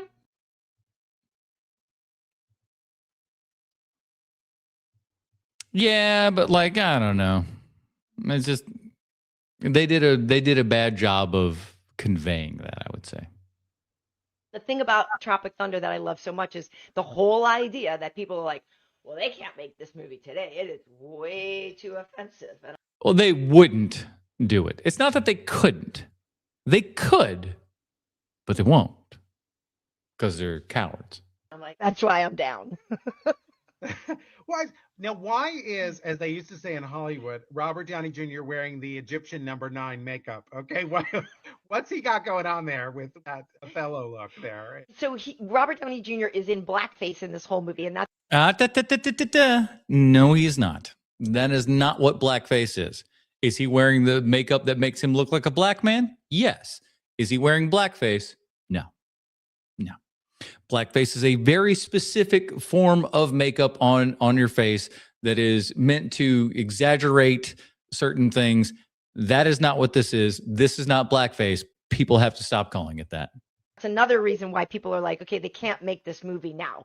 But his whole thing is that he was supposedly an Australian actor who got his skin dyed because he was going so deep in the role. It's like they're skewering the actors that go fully method, right? Like, Yeah, that was the entire point of it. And we all knew this at the time. The entire point was, and coming from Ben Stiller, it's interesting that this got across, you know what I'm saying? Is that he goes, Hollywood actors take things far too seriously.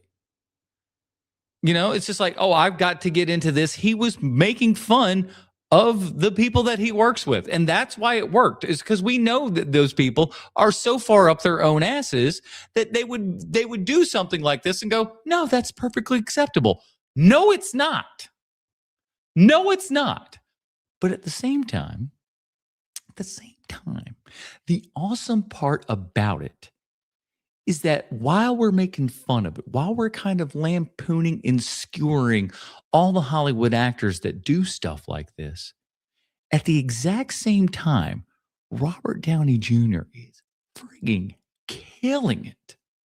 He is so good. Like, you forget that you're watching Robert Downey Jr. That's how good he is in that. He just blends that character, and it is so amazing. And the like, you know, I don't drop it the character until the DVD commentary, and in the DVD commentary, he is his character, and he's still doing the voice. It's frigging amazing, dude. they're skewering all the massive explosions and all these things.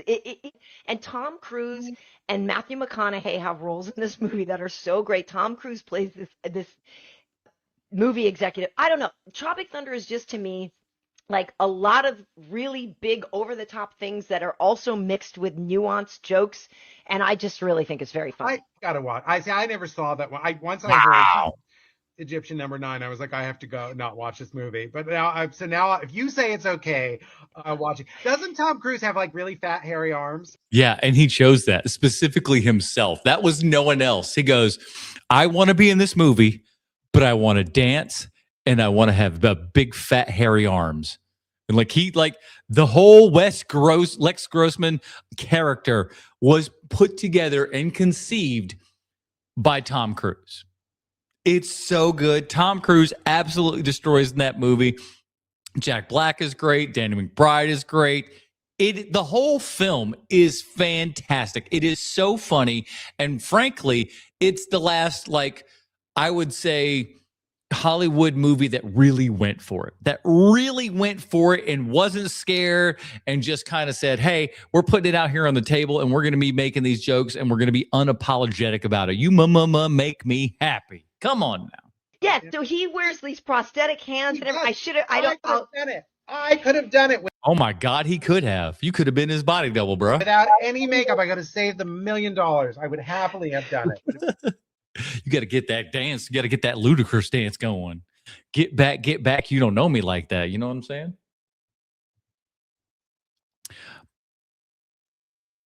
Okay. I guess I wasn't paying that much attention because I was bored. Fair enough.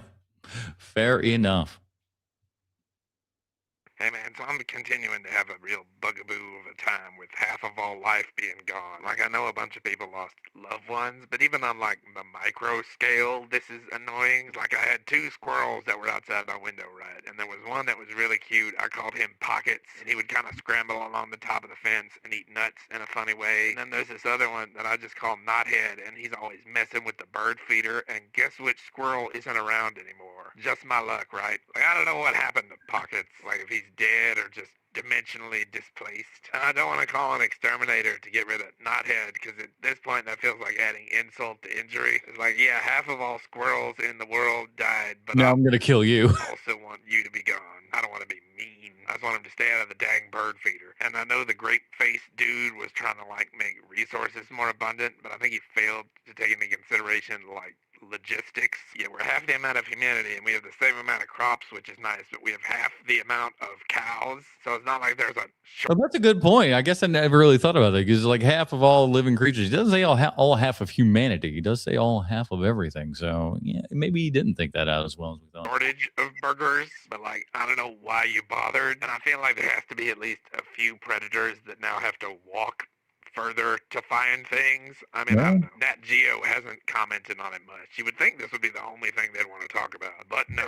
You want to learn about the halvesing of everything with a circulatory system, you got to turn on the superhero news for some reason, which honestly I don't even like watching it anymore. It's just depressing. Like, remember that guy, his whole thing was he was like Robin Hood, you know, like shooting arrows and shit. Now he's apparently running around the streets of Tokyo killing people with a samurai sword. It's like, look, man, I'm managing to deal with my depression without becoming Zatoichi, so what's your deal? I know we now have half the number of qualified therapists, but do some introspection. Swords are not the answer. Hey, sometimes swords are the answer. You never know. You never know. It is good. That guy's got some good stuff. He's funny. If Supergirl flops, and it probably will. Oh, no. It has. It has. Trust me, there will be no second week reclamation on Supergirl. Make no mistake. Hollywood is going to blame misogyny, but truthfully, the call is coming from inside the house. Now, are there men who are hating on Millie Alcock and this movie because she's a woman and it's a movie led by a woman? No, we do it because she looks like the feral child from Mad Max. And if you don't believe me, hold on.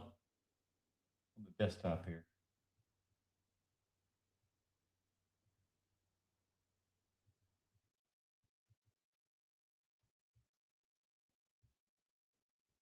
Oh, there it is. You tell me that ain't Millie Alcock right now? You telling me that ain't Millie Alcock? Get out of here, dog. Get out of here, dog. Yeah, obviously, but that's not the biggest problem. The problem is the way Hollywood tends to approach, especially as of late, I'd say the last maybe 10, 15 years, the way Hollywood approaches female-led action films, whether we're talking about superhero films or something like The Hunger Games. Here's the thing. A lot of people say, nobody wants to see female-led superhero movies. I don't think... No, we don't want to see bad ones. We want to see good ones. Like, no one bitches about Ellen Ripley. No one bitches about Laura Croft. Like, if the movie's good, the movie's good. That's all we give a shit about is make it good. Atomic Blonde was good. It's a female-led film, but you know what? It was fun. Like, I don't buy her beating up all those big, heavy dudes and shit sometimes, but you know what? If you can take away that sort of thing, the movie's fine. I think that's entirely true. I think there is a market and there is an audience for these things because... Yeah, I mean, Michelle Yeoh, martial arts films I've been seeing, they're all over the place, bro. Obviously, these stories and these comics exist, so there is interest in seeing these characters being brought to life. But the way Hollywood brings them to the screen and presents them to audiences, that's the problem. Sit with me just a quick second. Like, let me explain what I'm trying to say. Millie Alcock said on a... Oh, they're all the same thing, aren't they? You say feral child, I say... Trick out from the land of lost. That's another one that, like, I didn't even throw that one in because I didn't want people going, Adam's just being mean. He being mean. There's a reason why he's single. He's a piece of shit. That's what that's why I went away from that one. And I just went to the kid from Mad Max and New.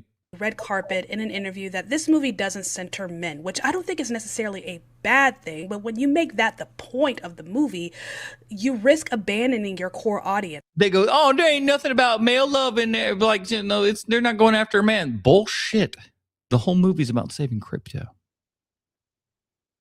Crypto's a boy. You done bested yourself, Millie. Whoops.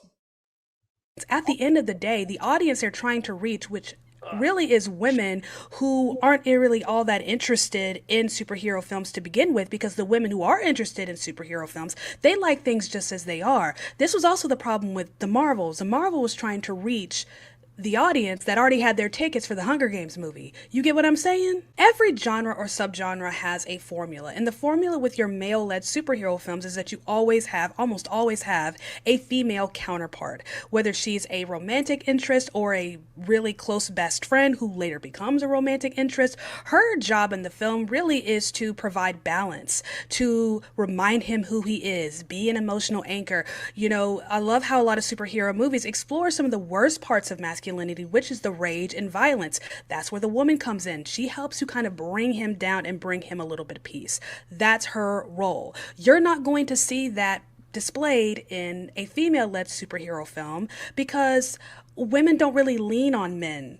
No, they got to be girl bosses. They can't be the ones that, go to a man for any kind of help. That's no good.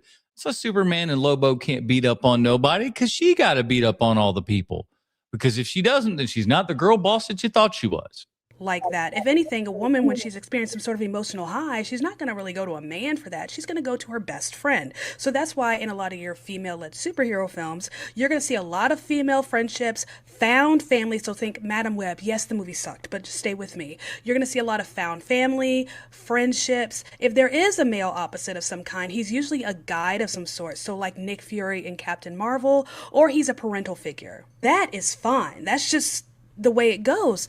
But when you present these female-led superhero films as a fix to a formula that's not broken, you're going to naturally cause strife. And that's why Hollywood is the problem. Because when you have these male superhero-led films, Hollywood pushes those like that's the norm, that's normal, this is how it's supposed to go. But they present these female-led superhero films, especially recently, like it's an experiment. We're trying something new, we're breaking formula, and women end up suffering for it. I think to say that, people don't want a female-led superhero film, I don't think that's true. There are plenty of female-led superhero films or action films that are well received by men. Whether they be for a female target audience or not, they're still well received by men. Kill Bill, Aliens, Terminator 2, The Hunger Games. Yep. The difference is Hollywood presents those movies like they're just regular movies that anybody can enjoy, and they're for everybody. Whereas when we have a female superhero film, the push is to dismiss the core audience and trying to invite somebody that never wanted an invitation in the first place. What it all boils down to is Hollywood doesn't trust audiences. I've talked about this with kids' movies. Hollywood doesn't trust kids to be able to navigate difficult topics. Hollywood doesn't trust male audiences to be able to accept a female-led superhero film as any other superhero film. And Hollywood doesn't trust female audiences to be able to connect with female superhero films unless they're being told specifically, hey, this is for you and not for them. The other problem is Hollywood abandoning its core audience for an audience that's just not there. I mean, you can't look your white male audience over the age of 25 in the face, fans that have been loyal since the Sandbox, that the movie that you've made is not for them. And Yep, the thing that you've enjoyed your entire life, it's not for you anymore, it's ours. And then they go and say, hey, everybody, look at the thing that we got. And then no one else likes it. Congratulations, you shot yourself in the foot yet again. Then get mad when they don't show up. The movie's not that great. It's not perfect. It's got enough issues to make a subscription. But terrible movies make bank. This should be making bank. Exactly. There are trash-ass movies out there that make a ton of money. The fact that this one didn't make any money is quite telling. Quite telling.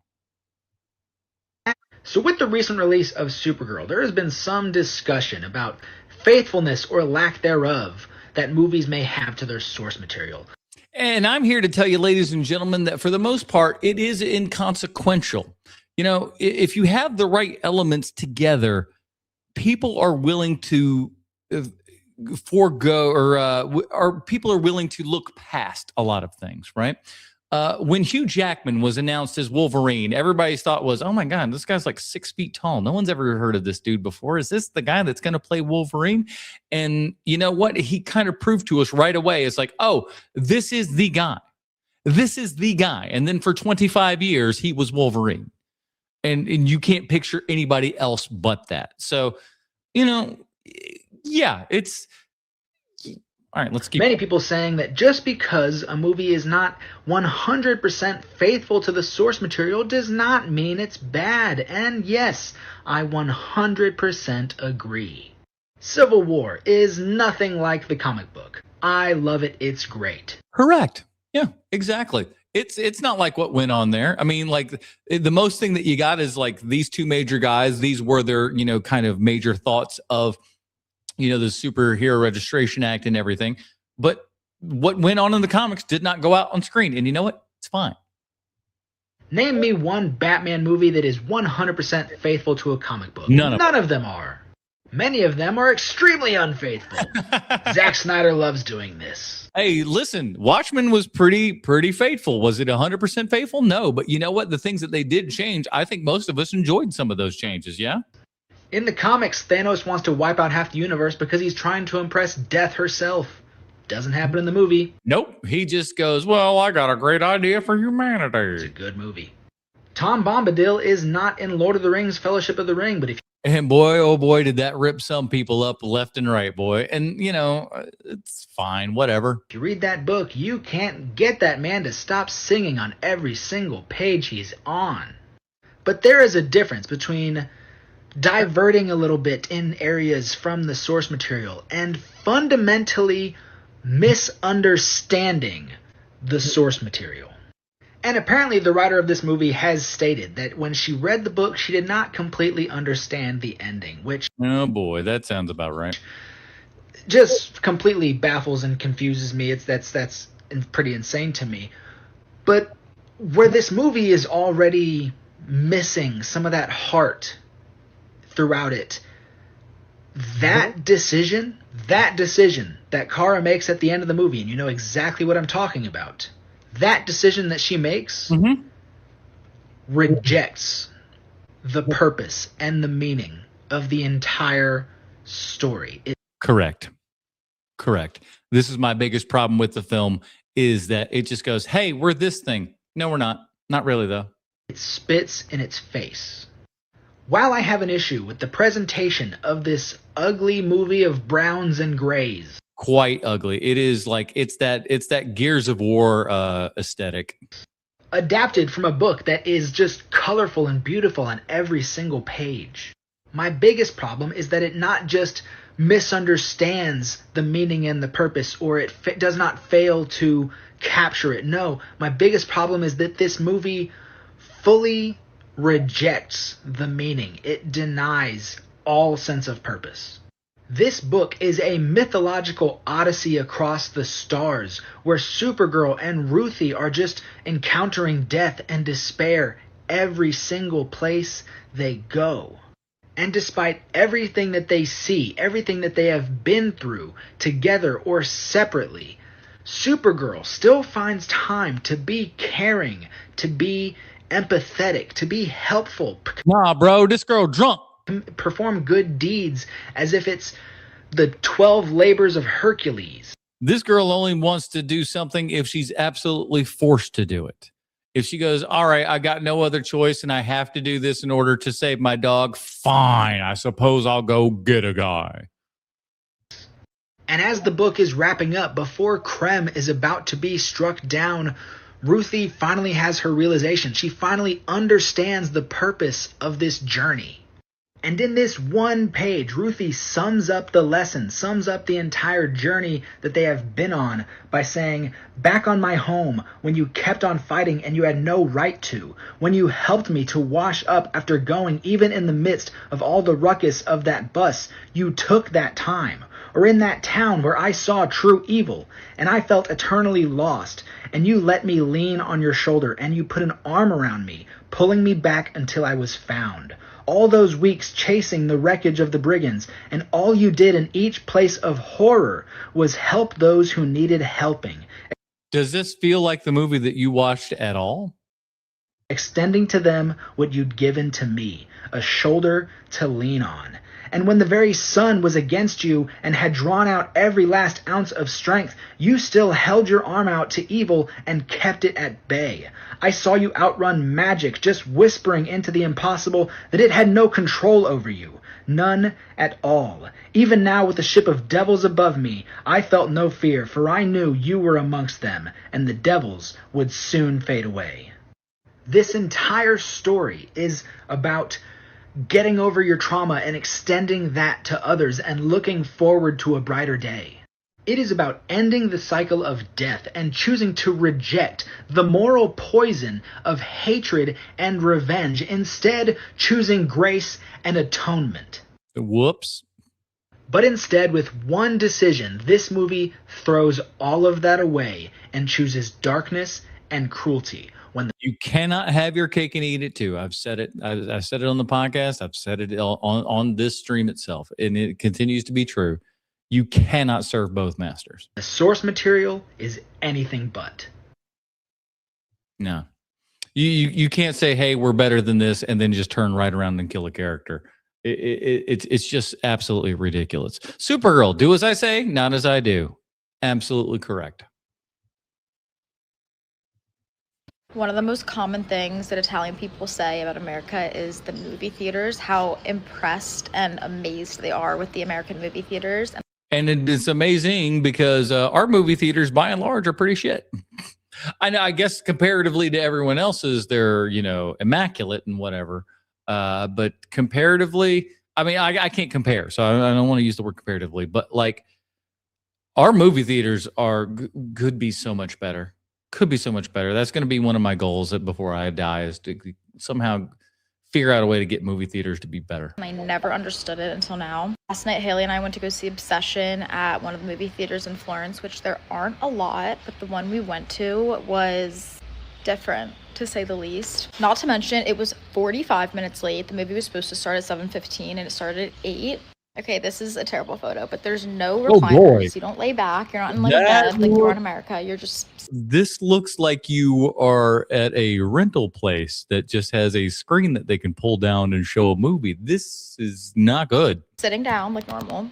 This is the popcorn serving. Oh my There's no God. sizes. There's not small, medium, large. Get you now. How much did this cost? If this cost $1, then it's fine. If it's anything more than $1, what in the hell? This is what you get, and it's honestly, this looks even bigger than it was. It was tiny, and this was the candy option. That's all we had: little chocolates and popcorn. And I don't know if all the theaters are like this. This was my first experience, first theater I ever went to, but this was it. Popcorn machine. It looks like a really old-timey popcorn machine. There was a drink. Here's the thing. Let me look at it.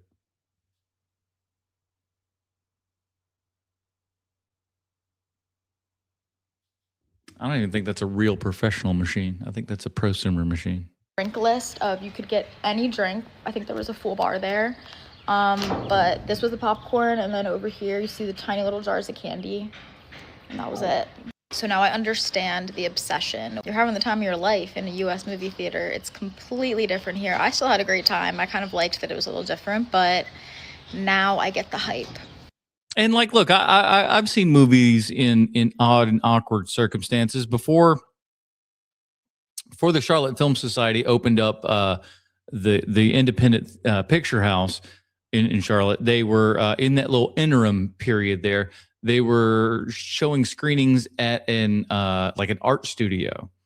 So it's just this big kind of art gallery there and everything. And they had a big giant white wall that they would put up. And I mean, I've seen some movies in some shitty positions and stuff like that. So it's like, it's not the worst thing in the world, but like, even so, man, multiplexes are pretty bad these days.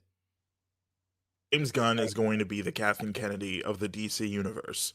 That is a bold statement. Let's see what he's got. Now, mind you, I don't say this derogatorily to suggest that, like Kathleen Kennedy, James Gunn's going to be a horrible producer and shouldn't be shepherding any universes whatsoever. No, because Kathleen Kennedy, sure, had her problems, but was a great producer. Bro, man.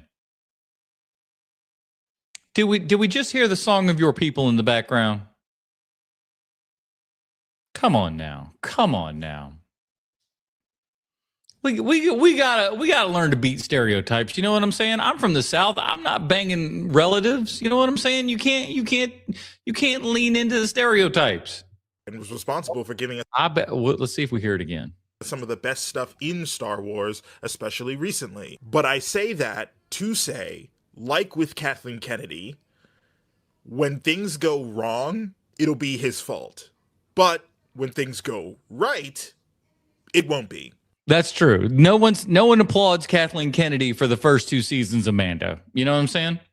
What do I mean by that? SUPERGIRL, horrible movie, so bad. Oh my God, it's so bad. Who thought this would be a good idea? Why did James Gunn ever in a million years think that this was a movie that he needed to greenlight? He's the shepherd of this universe. He's responsible for what projects get made, and well, this is true. This is the second one in there, and it's a stinkeroo. He wanted this to get made, but the Batman Part 2. Well, that's a different story altogether. That ain't James Gunn's baby. That's Matt Reeves' baby. Oh, well, no, this is always gonna happen, you know. This is always gonna happen. Matt Reeves is responsible for this. It's his brilliant mind that is making this movie what it is. And yeah. I mean, if you see James Gunn's, name on that movie. It'll only be in a kind of, associate executive producer kind of way. He didn't do anything on that. Sure, James Gunn is in charge of the DC universe and responsible for what projects get made, but he had nothing to do with this. Lanterns. No, because it was greenlit before he was head there. What are you talking about? Of course he's not going to get any credit for that. He didn't do none of it. So yeah, that's how that works. Oh my God, you seen the trailer for that show? It looks nothing like what a Green Lantern show should look like. How the hell did James Gunn think that was a good follow? I didn't see it. Has anybody seen that Green Lantern trailer? Is it any good? What do you think? Up to anything he was doing. Why did he think that needed to get made? Layface? Oh, come on. You're really going to listen, I haven't seen the trailer for I don't know nothing about it. I've seen this kind of picture here or whatever, and I hear that they're going to go real body horror sort of stuff. I like the idea. I don't like the fact there ain't no Batman in it, mind you, but because I think that kind of idea is stupid where we have like this or Morbius or any other, even the Venom movies. Like, while I don't, I hate the Venom movies or anything, like a Venom movie with no Spider-Man in it is a little ballless. Mike Flanagan wrote a script and it was really good. Fucking Flanagan though, dog. Come on now. And then James Gunn comes swooping in because, again, his job is leader of the DC Studios is to decide what projects get made based on whatever he gets in front of him. Decided that he should do it. He had nothing to do with this. See what I mean? Like, I have no doubt you've probably heard some of those conversations online, on Twitter, somewhere, of people talking like this. It's already happening. And it'll keep somewhere talking on Twitter. I don't know why that came to mind. Being like that, back and forth, project after project, the good ones. Motherfucker, there it is again. Never gonna beat the stereotypes, my brother. Good Lord in heaven. You got it out for most of the thing, but there's at least two beeps in there, my boy. Whoo! It's a 9-volt battery. They cost like $1. Go get a 9-volt battery, for Christ's sakes. The ones that have critical acclaim and fan reception and make box office, they're going to be the ones that happen in spite of James Gunn. But the bad stuff, the stuff that doesn't do as well, that fans aren't vibing with and that don't make money, well, that's going to be a direct result of James Gunn because he's a horrible producer. And the first thing people are going to say when they see this, oh, Gunn. No, the first thing I'm hearing is like that beep going on, baby. Gun Glazer, you're just part of the gun cult. No, I'm not. I don't subscribe to that. Work it down to the gun club, baby. Fucking nonsense. I just care about fairness. And if we're going to critique fairly, okay? And don't do the thing either where it's like, oh, whoa, James Gunn said he'd only greenlight movies with a good script, and this script is bad. That's dumb, especially considering movies get edited to shit all of the time. And the irony of all of this is that the very same people who have this criticism and love using it against a movie like Supergirl are the same people who like the Snyderverse and want the Snyderverse to return. And that was garbage too, kids. What's the biggest excuse they have for why a movie like Batman versus Superman, a really not great movie, isn't that great? Oh, well, interference. The studio did this and the third. Suddenly. Beep again. When it comes to this movie, there's outside context that helps explain why the movie isn't good. But when it comes to Supergirl, no, it's just because James Gunn greenlit a terrible script and Anna Aguirre. What are we doing? Why are we doing that? Because they can. Give me a second here. I gotta blow my nose. I got a little snot thing going on here.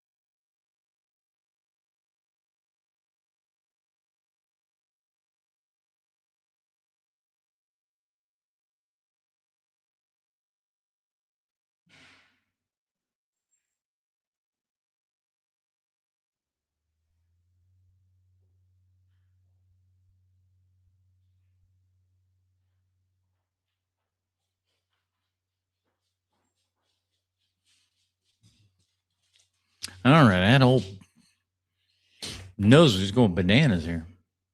It doesn't surprise me that Supergirl is getting. Oh my gosh. I'm gonna skip through this one. I know what this video is. This is one I had to record on my phone all the way. This girl's fucking annoying, and I'm just gonna get mad if I watch it, so I'm just gonna skip her.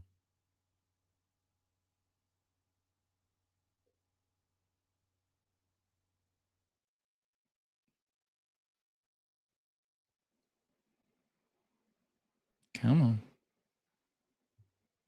All right, we'll just let it go from here. As any movie starring Jason Statham. It's about as good as Beekeeper. And that is not an insult to Beekeeper or Supergirl. Female-led projects don't even get to be good. They have to be great. No, shut up. The best in order to qualify as worthy as anything led by a man. They need to just be something good that people would enjoy, and they're not getting any of that. It's got nothing to do with females. It's got everything to do with just shitty writing and not knowing an audience and pretending an audience that is there that is not.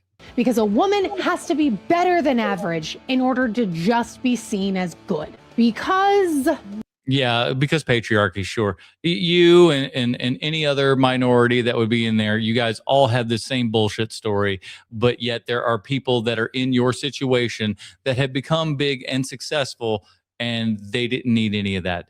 Shut the fuck up.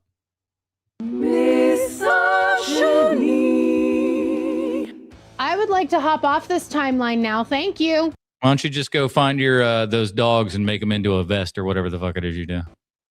Holy. Which horror movie has the best ending of all time? What do you guys think? Let's get it in the chat. What do you think the best horror movie ending of all time is? Psycho's real good. That's a great, she wouldn't even hurt a fly. Good stuff. Good stuff. I'll see where they go. I have an inkling based upon who sent me this, but let's see what we got. Oh. Fuck. If they didn't go on and do the additional scene afterwards, I thought like when Bruce Willis, when his character finds out that he's dead in The Sixth Sense, I thought, boom, if you cut to black right there, that would have been the biggest punch in the gut to the audience. We're like, nope, it's over. Like, wait a minute, everything that we just saw was fake. Right? Best ending. And I can't think of a one. I can't either. Even though I know there's some that I've probably been on here been like, oh my God. It's right there. It's right there behind his head. That's the answer, everybody. That's the answer right there behind his ear. Sleepaway Camp. Come on, man. It's like literally that's the shot. That's the shot, my guy. That's your answer. It's the perfect ending too. This might just be, I don't know, a knee-jerk reaction / cliche, but I'm going Sleepaway Camp. That's a great one. That's a great answer. Ending, it is the one that makes you go, well, hold on. What? Hasn't been Shocker. talked. Yeah. It's a shocker. It made me rewind the VHS tape I was watching. Was that what I thought it was? Oh, it was. And watch the movie again because I was like, what? What about Midsommar? Yes. Yeah? Yes, I will That's a go great with that. Yeah, that's a very good ending. That's a very good ending. Okay. Definitely watch it. Midsommar was a great ending. I think Beau Was Afraid was a good ending. And I would even say, what's the other? Hereditary, great ending. Yeah, all the Ari Aster movies got great endings. Now, Beau Is Afraid is gonna that's gonna split some people because I'm sure there was a lot of people that when that last shot happened. I'm sure there was a handful of people in every theater going, "Wait, no, that's what you're doing? No." But me, I was like, "That's fucking brilliant." It's long. Oh, the original Wicker Man. Yeah, that's a good one. But you got to admit, the remake's got a good one too.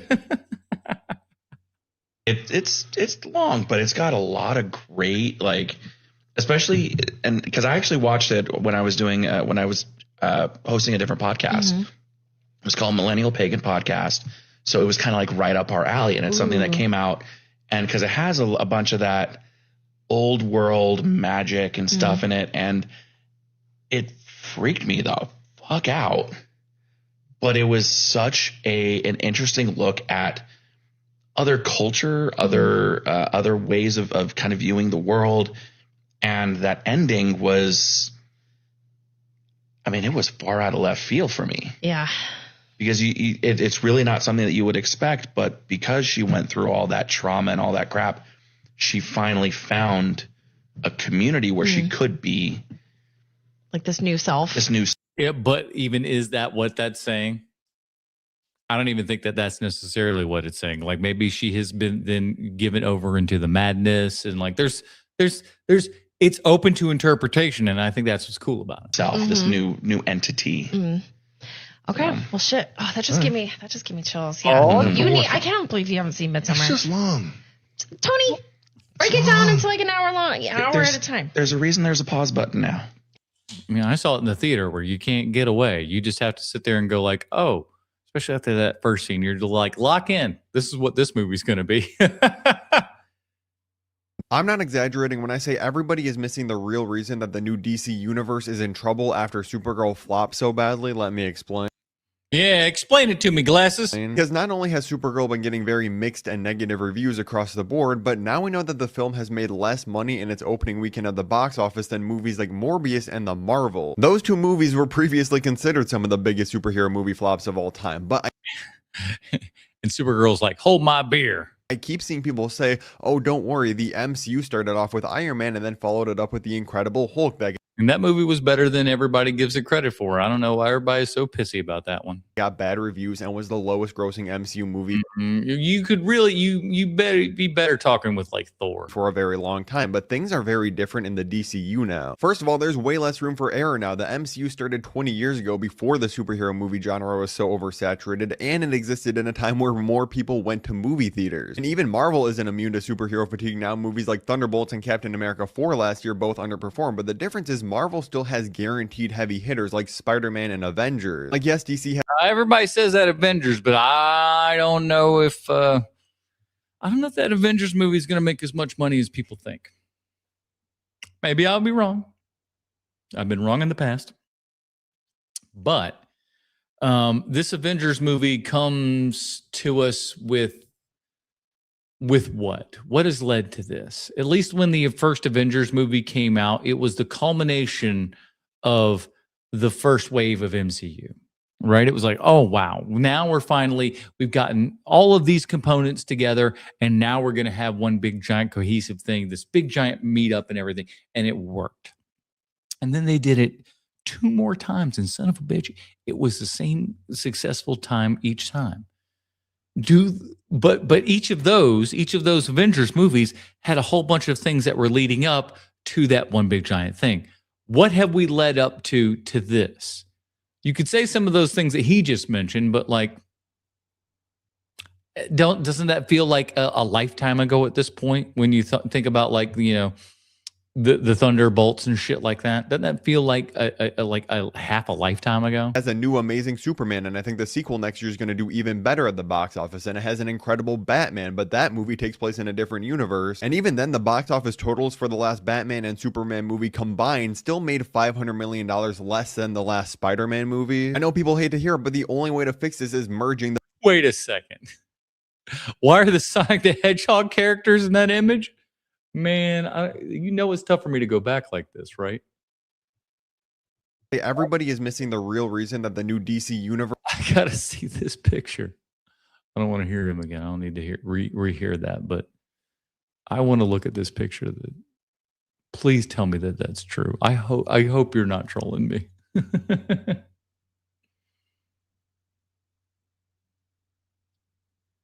That's the problem. When these TikTok Trash Tuesday videos get so long, it's tough to scroll through the timeline with any amount of accuracy, because it's just, you move like a fraction of an inch and all of a sudden you're just like way down further in the video.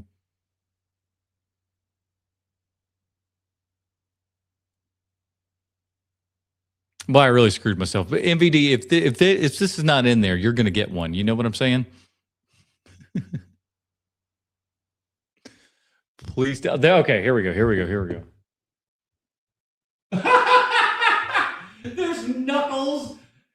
There's Knuckles and Shadow and Sonic. What? Yeah, you're right. What the fuck is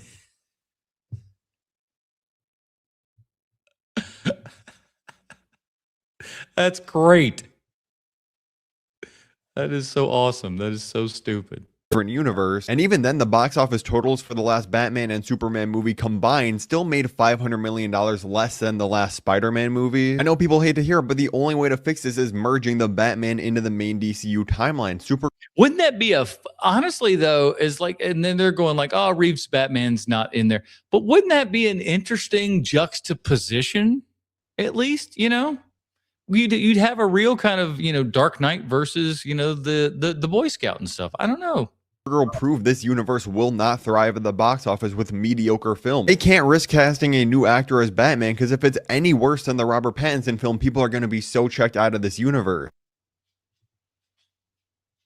Tough road to hoe, man.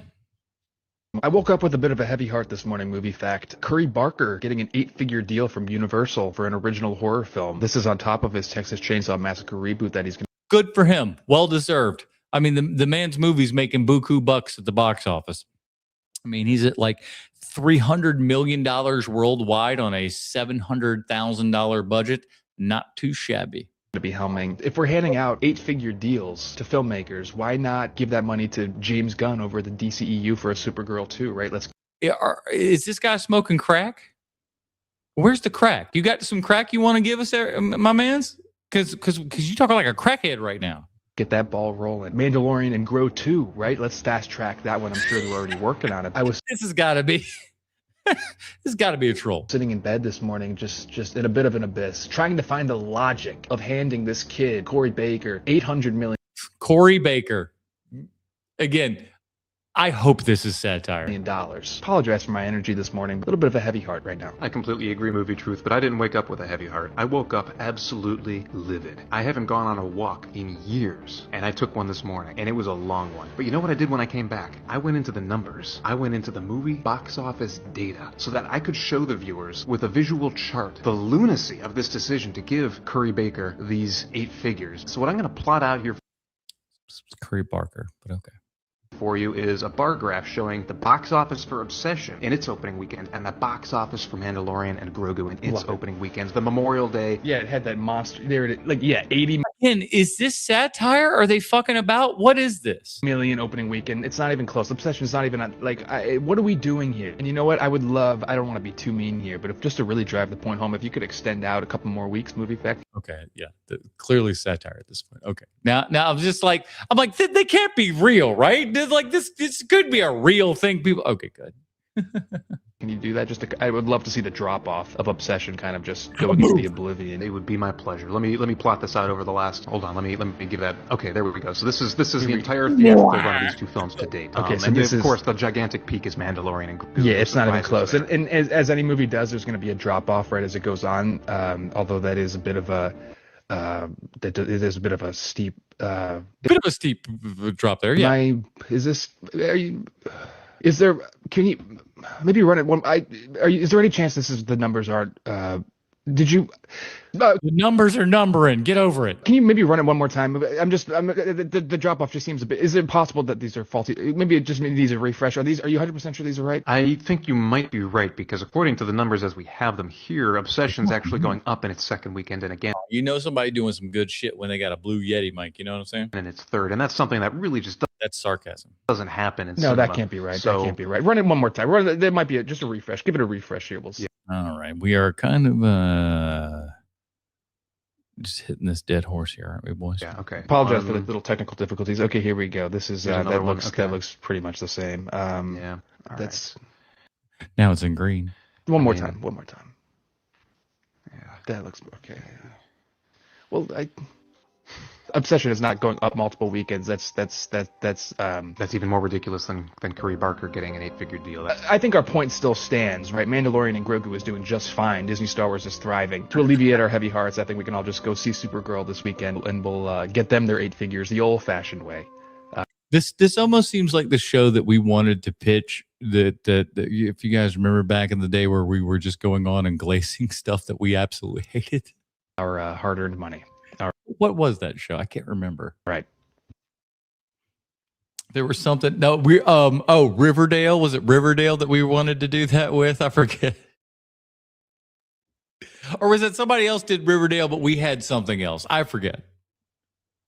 I was trying to see if there's something that is like he's got this deep monster voice, but it's pitched up so it's cute. I did not know this.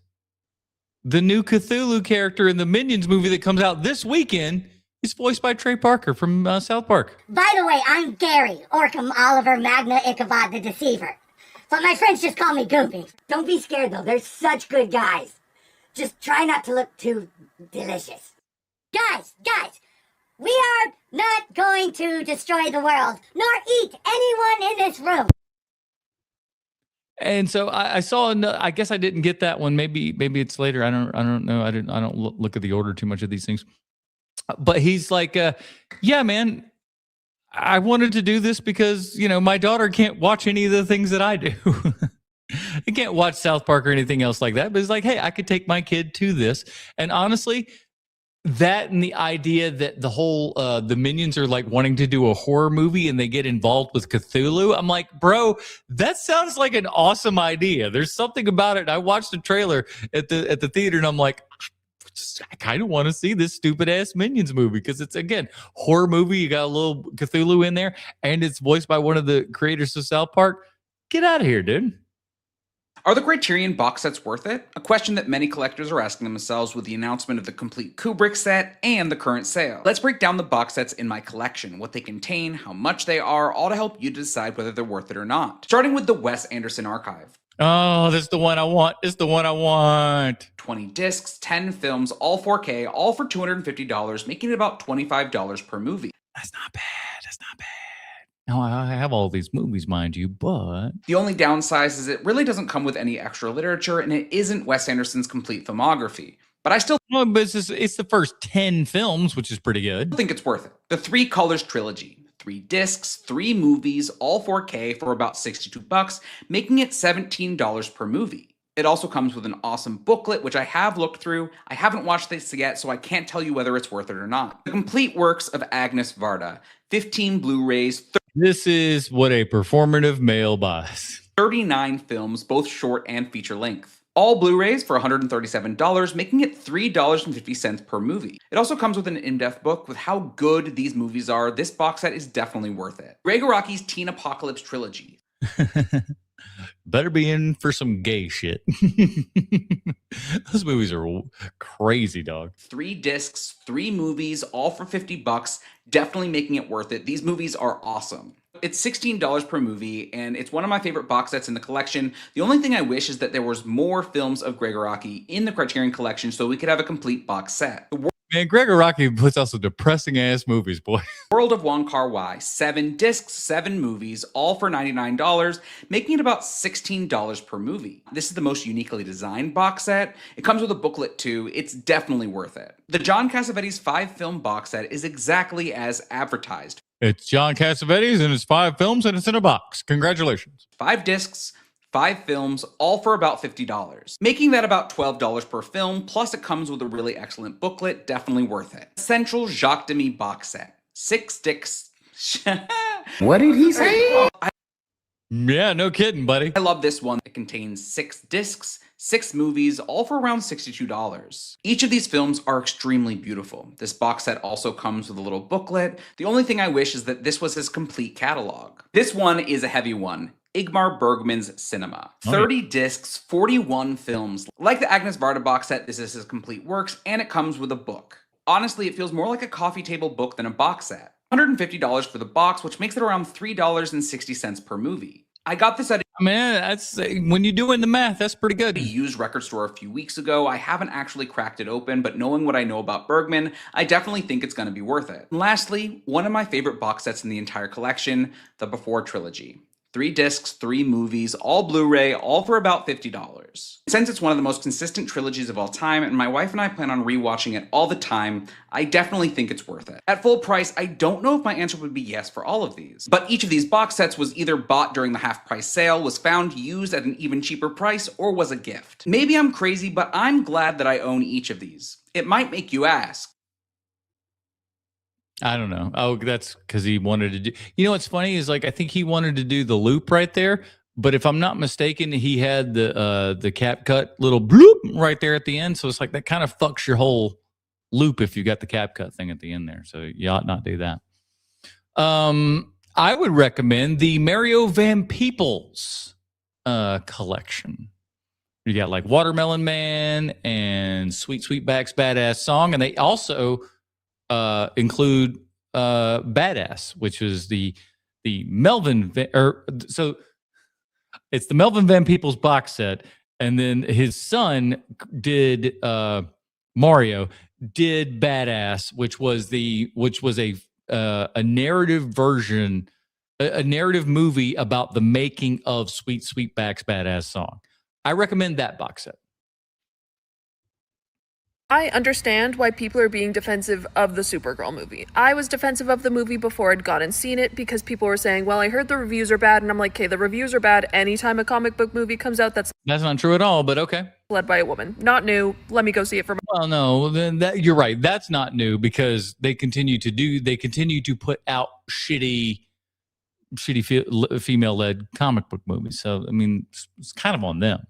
myself. I went into the movie saying I'm going to take these critiques with a grain of salt. I'm going to make up my own mind. I'm going to see the movie myself with my own eyeballs. And I came away going, yeah, it's not good. And people yes, congratulations. You're on the right side of history here. People are talking at lengths about how ugly it looks and how bad the soundtrack is, and I agree with both of those things, but I have a different criticism to make. I'll start this by saying, not a comic book reader. I have not read a Supergirl comic. And it doesn't matter, and you don't need to be, dear.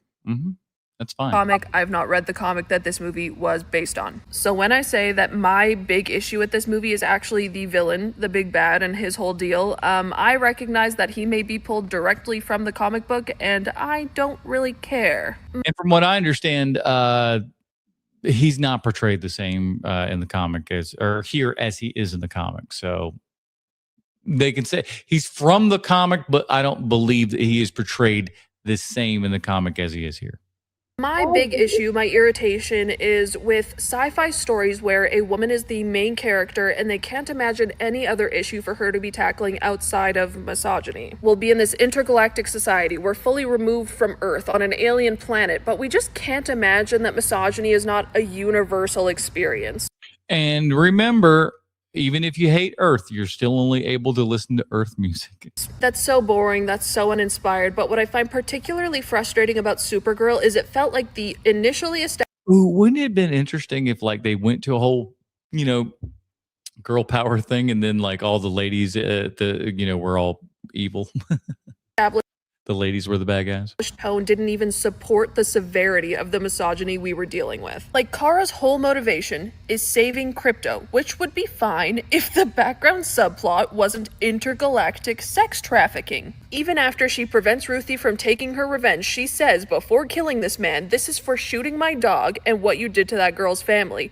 Not the intergalactic sex trafficking. And I want to make it clear, I'm not... We've talked about this on the stream and everything. I didn't really even realize the intergalactic space sex travel, sex exploitation stuff was going on account of... I guess I was just fucking bored in the movie. The movie's boring, dog. Making a criticism of Kara, of Supergirl. I'm making a criticism of the writing choices being made here. And it has nothing to do with... By a woman, by the way. Millie Alcock's performance or Kara Zor-El as a character, and everything to do with the narrative and cinematic choices being made for her. At no point are the implications of what it means for this man to be kidnapping young girls so that he can continue on his race, what that means. At no point does Kara go, "This is bigger than my dog's life. This is bigger than Ruthie's revenge. This is about..." Nope, because Kara don't care. Like, young girls being kidnapped. This movie did not need to be about, and I argue given the tone that was immediately set in the movie, should not have been about patriarchal social systems and the really tragic byproducts that come from that social system. If the crux of this movie was going to be Kara saving her dog, finding her people, and finding her place on Earth in the end, which is what happened, we did not need to deal with intergalactic sex trafficking of young girls. It was not necessary. It so wasn't necessary that I didn't even remember it was a subplot. How about that? You're allowed to not like a movie, but what you're not allowed to do is crap on people that do like that movie, because... Sure I can. Sure I can. What do you think I've made TikTok Trash Tuesday for? Is to shit on you people for having dumb opinions. That's what this whole existence is for. Because your least favorite thing is someone's favorite thing. There's some little girl out there, whether an actual little girl or a little girl inside of someone, that I'm gonna let that one go. I went to go see Supergirl this past weekend and absolutely loved it and thought it was the best movie they've seen in years. What's the blue deal, bud? What's that about? There's a little boy and a little girl that went to go see Captain America last year and loved that there was a Captain America on screen that looked like them. There are No, they didn't. No, they didn't. I don't buy that. people that saw Superman. Again, if the movie is done well, anyone can see themselves as someone in the movie that they can relate to.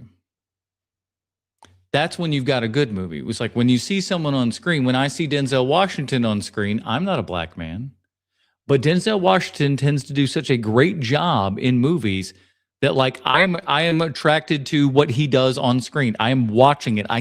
You can't look away from what Denzel Washington is doing on screen. And do I watch it and just go like, he's just like me? No, because it's good. This whole I've got to see my exact self reflected on screen is a narcissistic behavior, quite frankly. It's just saying like, hey, everything needs to be like me. No, it doesn't. No, it doesn't. And if you can't see yourself in other people who don't look like you, I've got news for you. You're not an empathetic person. You're a bad person if you can't look at somebody who's different from you and connect to them. If you can't do that, that means you're a bad person. If you have to have somebody that looks like you, and I might even go so far as maybe that says that you're a horrible person if you go, they got to look like me, otherwise I can't connect with it. Feels like that. Like, again, it feels like something a racist would say.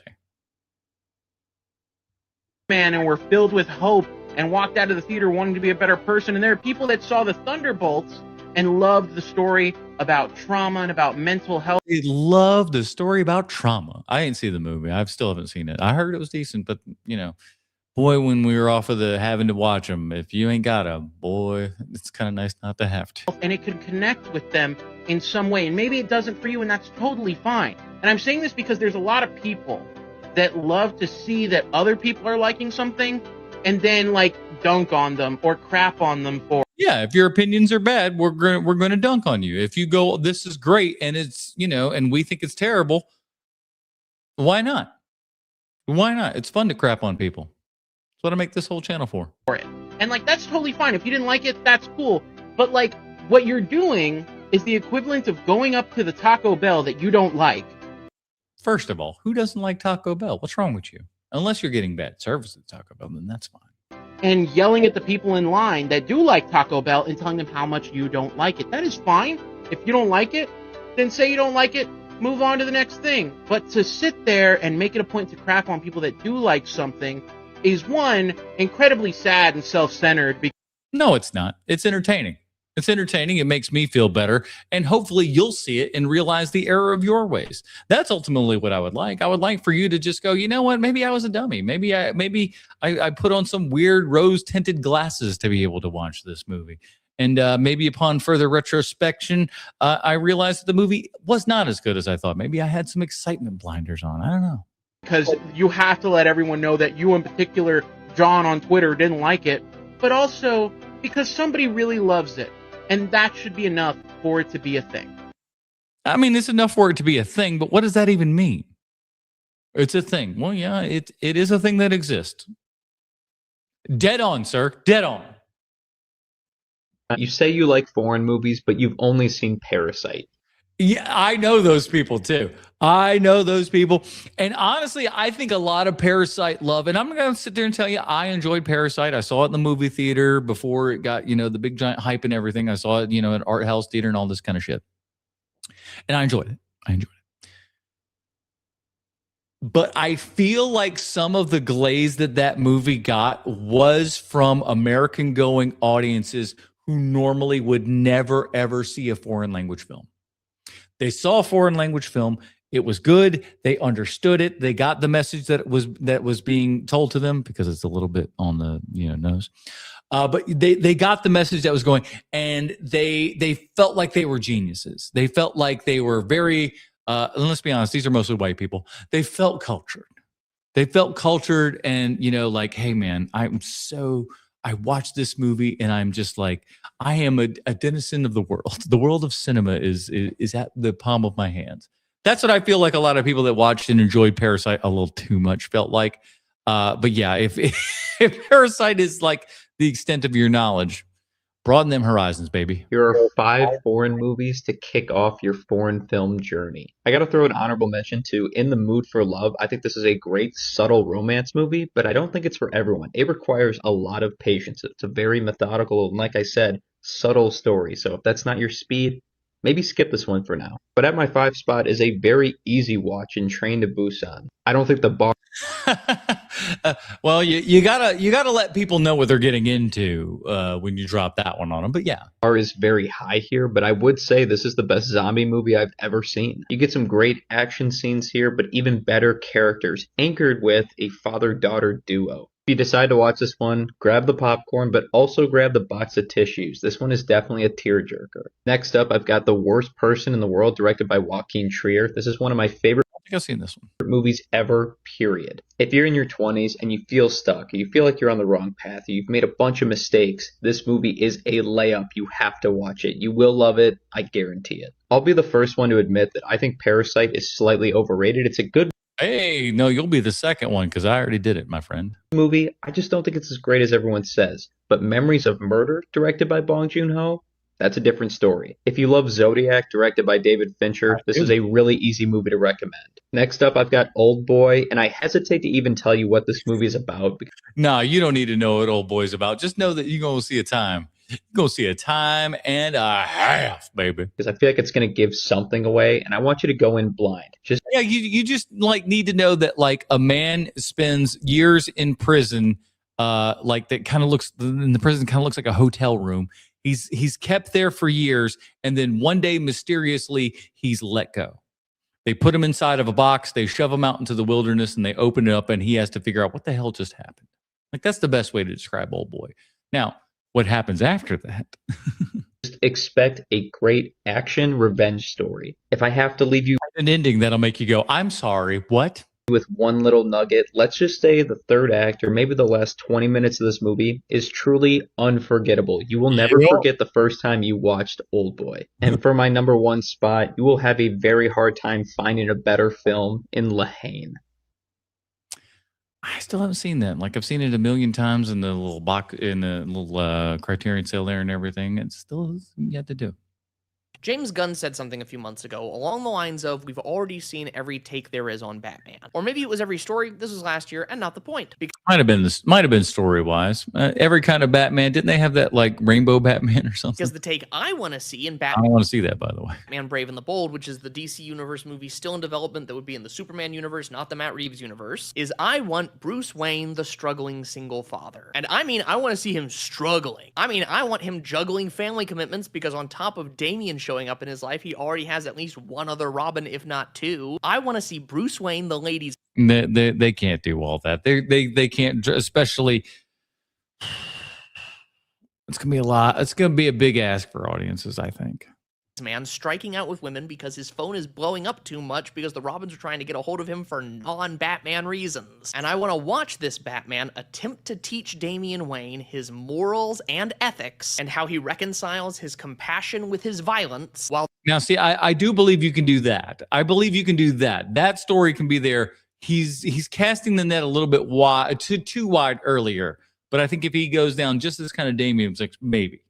The spoiled and violent young Damian seems willfully combative about all of it. Imagine a frustrated father trying to teach Batmanism to an angry kid when they are essentially speaking different emotional languages. And since I imagine a Brave and the Bold movie in James Gunn's DC universe would include other B-tier heroes and B-tier villains, my suggestions for characters we've never seen in live action would include Ventriloquist and Scarface and Zatanna and the Demon Etrigan, all 3 of which would kill in toy sales, and you know it. And I think all 3 of those characters give Damian and Bruce great opportunities to argue about the whataboutisms in Bruce's philosophy and in Damian's violent preferences. And see, that's the tough part too of doing what he's saying in one film, because like I feel like just even the kind of discovery, so to speak, of Damian, and like, you know, the fact that like Bruce Wayne has a child, and like going through that bit, and then going through Damian's training and stuff like that.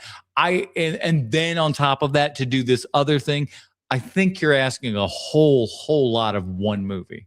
And you know what? You could have it set in the summer during a series of rolling blackouts. Because we've seen Batman in winter and we've seen Batman in autumn, but in live action, have we seen Gotham on the hottest See fucking Batman sweating through a costume. What in the hell? day of the year? Imagine the very first scene is Bruce Wayne on a date with Vicky Vale getting rejected because his family group chat keeps blowing up. But thank God he sees the bat signal in the reflection behind her and can put his mind to things he's actually good at. I've never seen that Batman in live action. Have you? I'd write a treatment and submit it if I wasn't unrepresented with no writing credits. All I'm saying is there are many Batman takes we've yet to see. Didn't they do we covered a Damian animated movie at some point, didn't we? When you do a podcast for a decade, you start forgetting things. When it's like, oh, like, well, I mean, we've reviewed like 700 movies and TV shows at this point, so you know. I don't understand anybody who hates Supergirl. And Well, I could tell you all about that. This is our last video of the evening, everybody. We're going to wrap this bad boy up with one more Supergirl kind of a run through here. Let's go. No, I'm not talking about the neckbeard misogynists who were already trying to hate the movie before it even came out. I'm talking about critics. I'm talking about... You know what's funny? Him calling other people neck-bearded, but when homie literally over here with a neck beard. I'm just saying. The call's coming from inside the house. People who have like legitimate claims on understanding film being this critical on this movie. Is it perfect? No. I do have a lot of problems with it. But is it a bad movie? Yes. Yes. Not by any stretch of the imagination. Oh, what are you talking about? I can come out with factual information, but let's see what you got, and I'll go ahead and counter that. We'll see how this rolls. And the thing is, when the movie's good, it's great. The movie is carried by an amazing performance by Millie Alcock. Like, amazing in what way? In what way? What range of emotions does she show in this movie? There's none. There's none. There's drunk and not so drunk. There's I'm being drained by the green sun. Oh, I'm back. Her performance is a zero burger. Legitimately, she is a generational casting for this part. Oh my God. What are you trying to get a date, sir? She's one of the best comic book castings in like the last decade, right? Man, you are on the Zaza, sir. Up there with David Cornsweet's Superman and Robert Pattinson's Batman as far. Those are good choices. Her, not a good choice. It is what it is.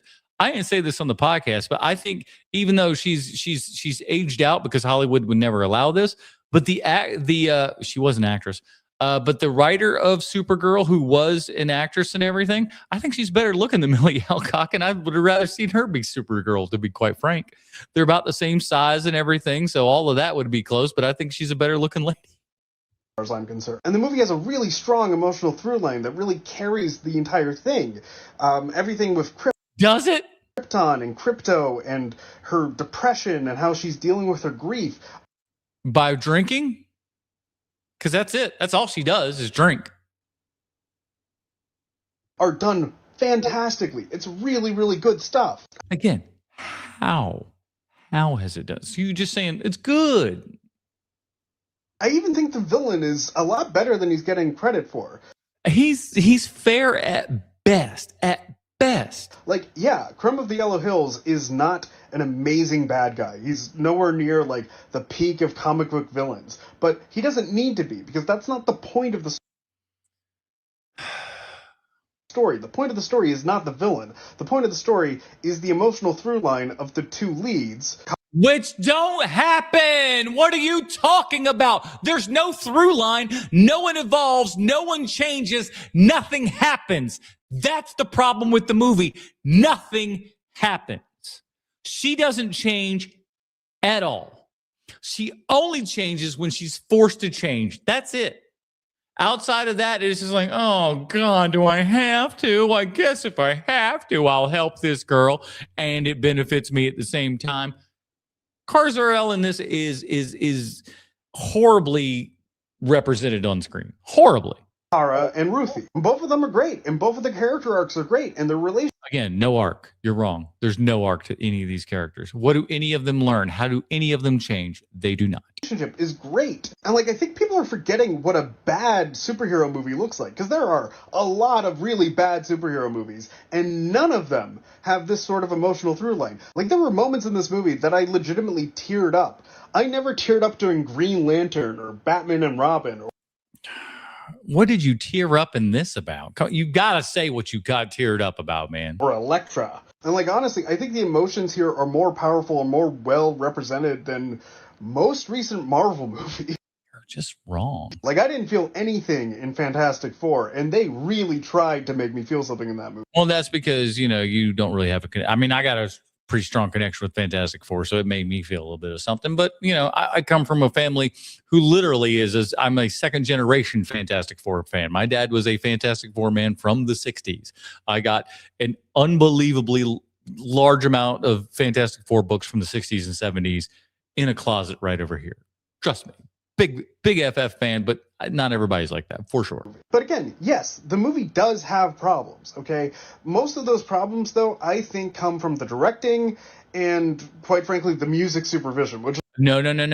You can't put this on Craig Gillespie. Craig Gillespie got enough credits under his belt to where I know that the things that are wrong with this film are not that man's fault. There's a weird thing to critique, but I'll get there. But when it comes to the directing of this movie, I think the main thing that I really would criticize Craig Gillespie for is that I don't think he looked at the source material at all. No, that's the writer that didn't look at any of that stuff at all. That's the writer. You can blame that on the writer, the 40-year-old writer who had never written a thing in her life save for a short film 5 years ago. Get the fuck out of here. Who is she banging? I mean, that's the only thing that we can assume. Am I wrong? Am I wrong? Because your stint on the Vampire Diaries should not get you the helm, the writing of a superhero film. I don't know what kind of math that is. That means to me, something's going down somewhere. You know what I'm saying? Because it's been said many times that Woman of Tomorrow, the comic that this is loosely, and I mean loosely based on, is one of the most gorgeous comics you can ever see. Like, it is beautiful.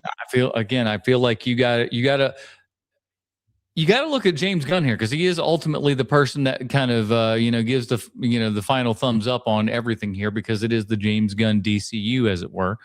The quote unquote controversial choice of the Jimmy Eat World cover at the end there. He's like, that's James Gunn. That's all James Gunn. So if you got a problem with that, you got a problem with James Gunn stuff. So I say, if you have a problem with the visuals of this, you don't have a problem with Craig Gillespie necessarily so much as you have a problem with James Gunn.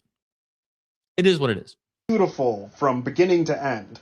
And none of that is reflected in the cinematography in this movie. Like, when I first saw the trailers, I assumed they were just showing us, like, the first planet they're on. And no, every planet looks exactly the same. It's all various shades of dull brown and gray and black, and it's ugly. It's honestly a pretty ugly movie to look at. I'm not gonna lie. I also think a lot of the action sequences are good, but not great. They're fair at best. And some of them really kind of end suddenly in really weird ways. Isn't it hilarious when people say, like, good film, and here's all the bad shit about it, and you're like, do you like it or not? Also, I think the climax needed, like, an entire reshoot. Like, it's just not a very good climax. Like, there are better action scenes throughout the rest of the movie, and then when it gets to the final battle at the end, it's... Also, Jason Momoa is really fun as Lobo. Lobo didn't need to be in this movie. No, but he did need to be in it to break it up, to make it not so fucking boring. And he did. He really needed to be there for that. Was he great as Lobo? He was Jason Momoa dressed up as Lobo. Let's be frank with ourselves here. Was he doing any great acting here? No. He's not stretching his legs much. And in fact, I think the movie is worse for having him in it. Worse for having it? No, I will say this. The movie's better for having him in it, because if it wasn't, there would be at least 5 to 8 minutes in this movie where you'd be like, At least when he's on screen, you kind of go like, "Oh, Lobo, check it out." There is specifically one thing that happens at the end that Lobo does that really kind of annoyed me. And, Take his dick out. and I kind of wished he wasn't in the movie in that moment. And if you've seen the movie, you probably know what I'm talking about. But then let's talk about what I think is the actual worst part of the movie. And probably, in my opinion, the thing that people are focusing on that might be making them not like the things that are good about the movie. And that's honestly the music. They tried to basically fill this wall to wall with needle drops, and which is great from a character who says that she hates Earth, but yet only listens to Earth music. Oops a doodle. Some of them work, a lot of them don't. There's one near the end that really didn't work for me. Again, if you've seen the movie, you know what I'm talking about. But the thing that really bugs me about it is that it kind of undercuts one of the most important aspects of Kara's character. Are we going to get to really ultimately the reason why this movie doesn't work? Which is that she doesn't feel at home on Earth. No. Don't talk about the moral quandaries of it.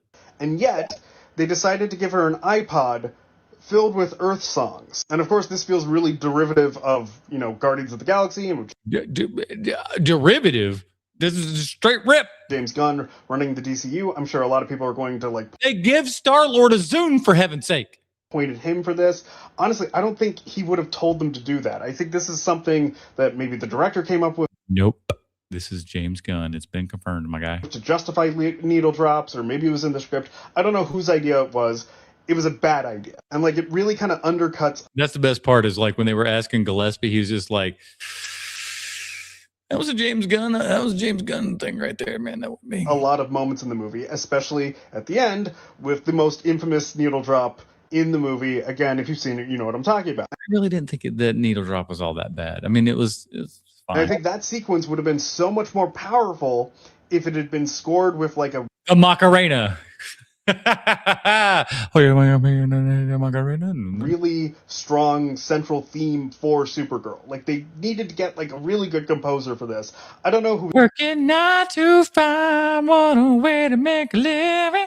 She's just punching out guys. That'd be badass. The composer was for this, but they needed a better one. And I kind of wish that and then they just start fighting the rock lobster. Superhero movies would be more willing to utilize strong scores. And what's so funny is I think a lot of people are going to, again, blame James Gunn for this, but I'll remind you that Superman is actually mostly scored, and it actually has a pretty good score. It's using the John Williams theme, but it's using it in different renditions that are really cool and kind of unique to this version of Superman. And yes, there are 2 needle drops in that movie, but there are only 2, and they're very effective. In Supergirl, I didn't find basically any of them effective. I think it just needed to be scored. I think she just needed to have a really nice theme, and I wish they had gotten a good composer to give her that theme. But otherwise, I was gonna do a farting sound at the bam, bam, bam, bam, bam, bam, bam, but I almost the second I started to get that first little fart out of the thing, I was like, I can't pull that off. I'm not that good. The movie's good. It's good, and I really. Are you trying to convince us or yourself? Let's be honest. Wish people would stop being so weird about this, because not only is it good, I would personally say that I think it's better than a lot of recent superhero movies. No, it's not as good as Superman, but I think it's better than Fantastic Four. No. I think it's better than Thunderbolts. I'd go as far as to say it's probably my favorite female-led superhero movie. I think it's better than Captain Marvel. High bar. Ooh, it's the best female-led superhero film. Okay. It's probably not. Listen, the first Wonder Woman is actually a pretty strong flick. And I think it's better than both Wonder Woman movies. And no, it's definitely not better than the second movie. They're not better than the first movie. Is it better than the second movie? Oof, that's a push. And I feel kind of crazy saying that, because normally I'm a guy who kind of agrees with critics on most movies, but this is one that I just don't understand what they saw. I almost wonder if a lot of critics are just sick of superhero movies, and so they decided to just... And I'm not a critic, but if you were to count me as one, I'd say I'm tired of them. Decade of reviewing them on the internet will do that to you. Attack this one to try to kill the genre once and for all, and I hope they didn't succeed, because I really want to see more of the DCU. I'm super excited for Clayface. I'm super excited for Lanterns. I'm super excited for Man of Tomorrow. So we'll see. I really hope that there's more Millie Alcock Supergirl, because she is the best part of this movie by far. She carries it on her back and shoulders. It's really a tour de force performance, and if nothing else, she deserves to have way more chances to play this role. Oh boy, I tell you what, I'm glad to hear that he didn't cry at 3 awful superhero movies: Elektra, Batman, and Robin and Green Lantern. Man, oh man. The Marvels is still the best female-led superhero movie so far. I'll accept no counter offers at the exact same time too. As I have said previously, what a high bar to be to going after there. That is it, everybody. We did it yet again. A whole 3 hours and 17 minutes worth of me yapping on the internet about movies. I didn't know it was going to be this long, but here we are, everybody. Hopefully I can make some social media posts out of this bullshit, and we'll come back here next week, and maybe we'll have something else to talk about that ain't Supergirl. But I was happy to come back and talk about Supergirl a little bit more, because I don't feel that I poo-pooed on it enough during the regular podcast. Do go back and listen to that podcast so you can hear me and the boys talk about that movie and a couple other superhero films throughout the month of June there and everything. So go check all that out. And coming up in July, everybody, as you might have heard, it is our summer of Spielberg, and we are kicking it off with maybe the greatest summer blockbuster of all time, Jaws. That's right, the movie that made sure that hotels by the beaches actually had pools at them.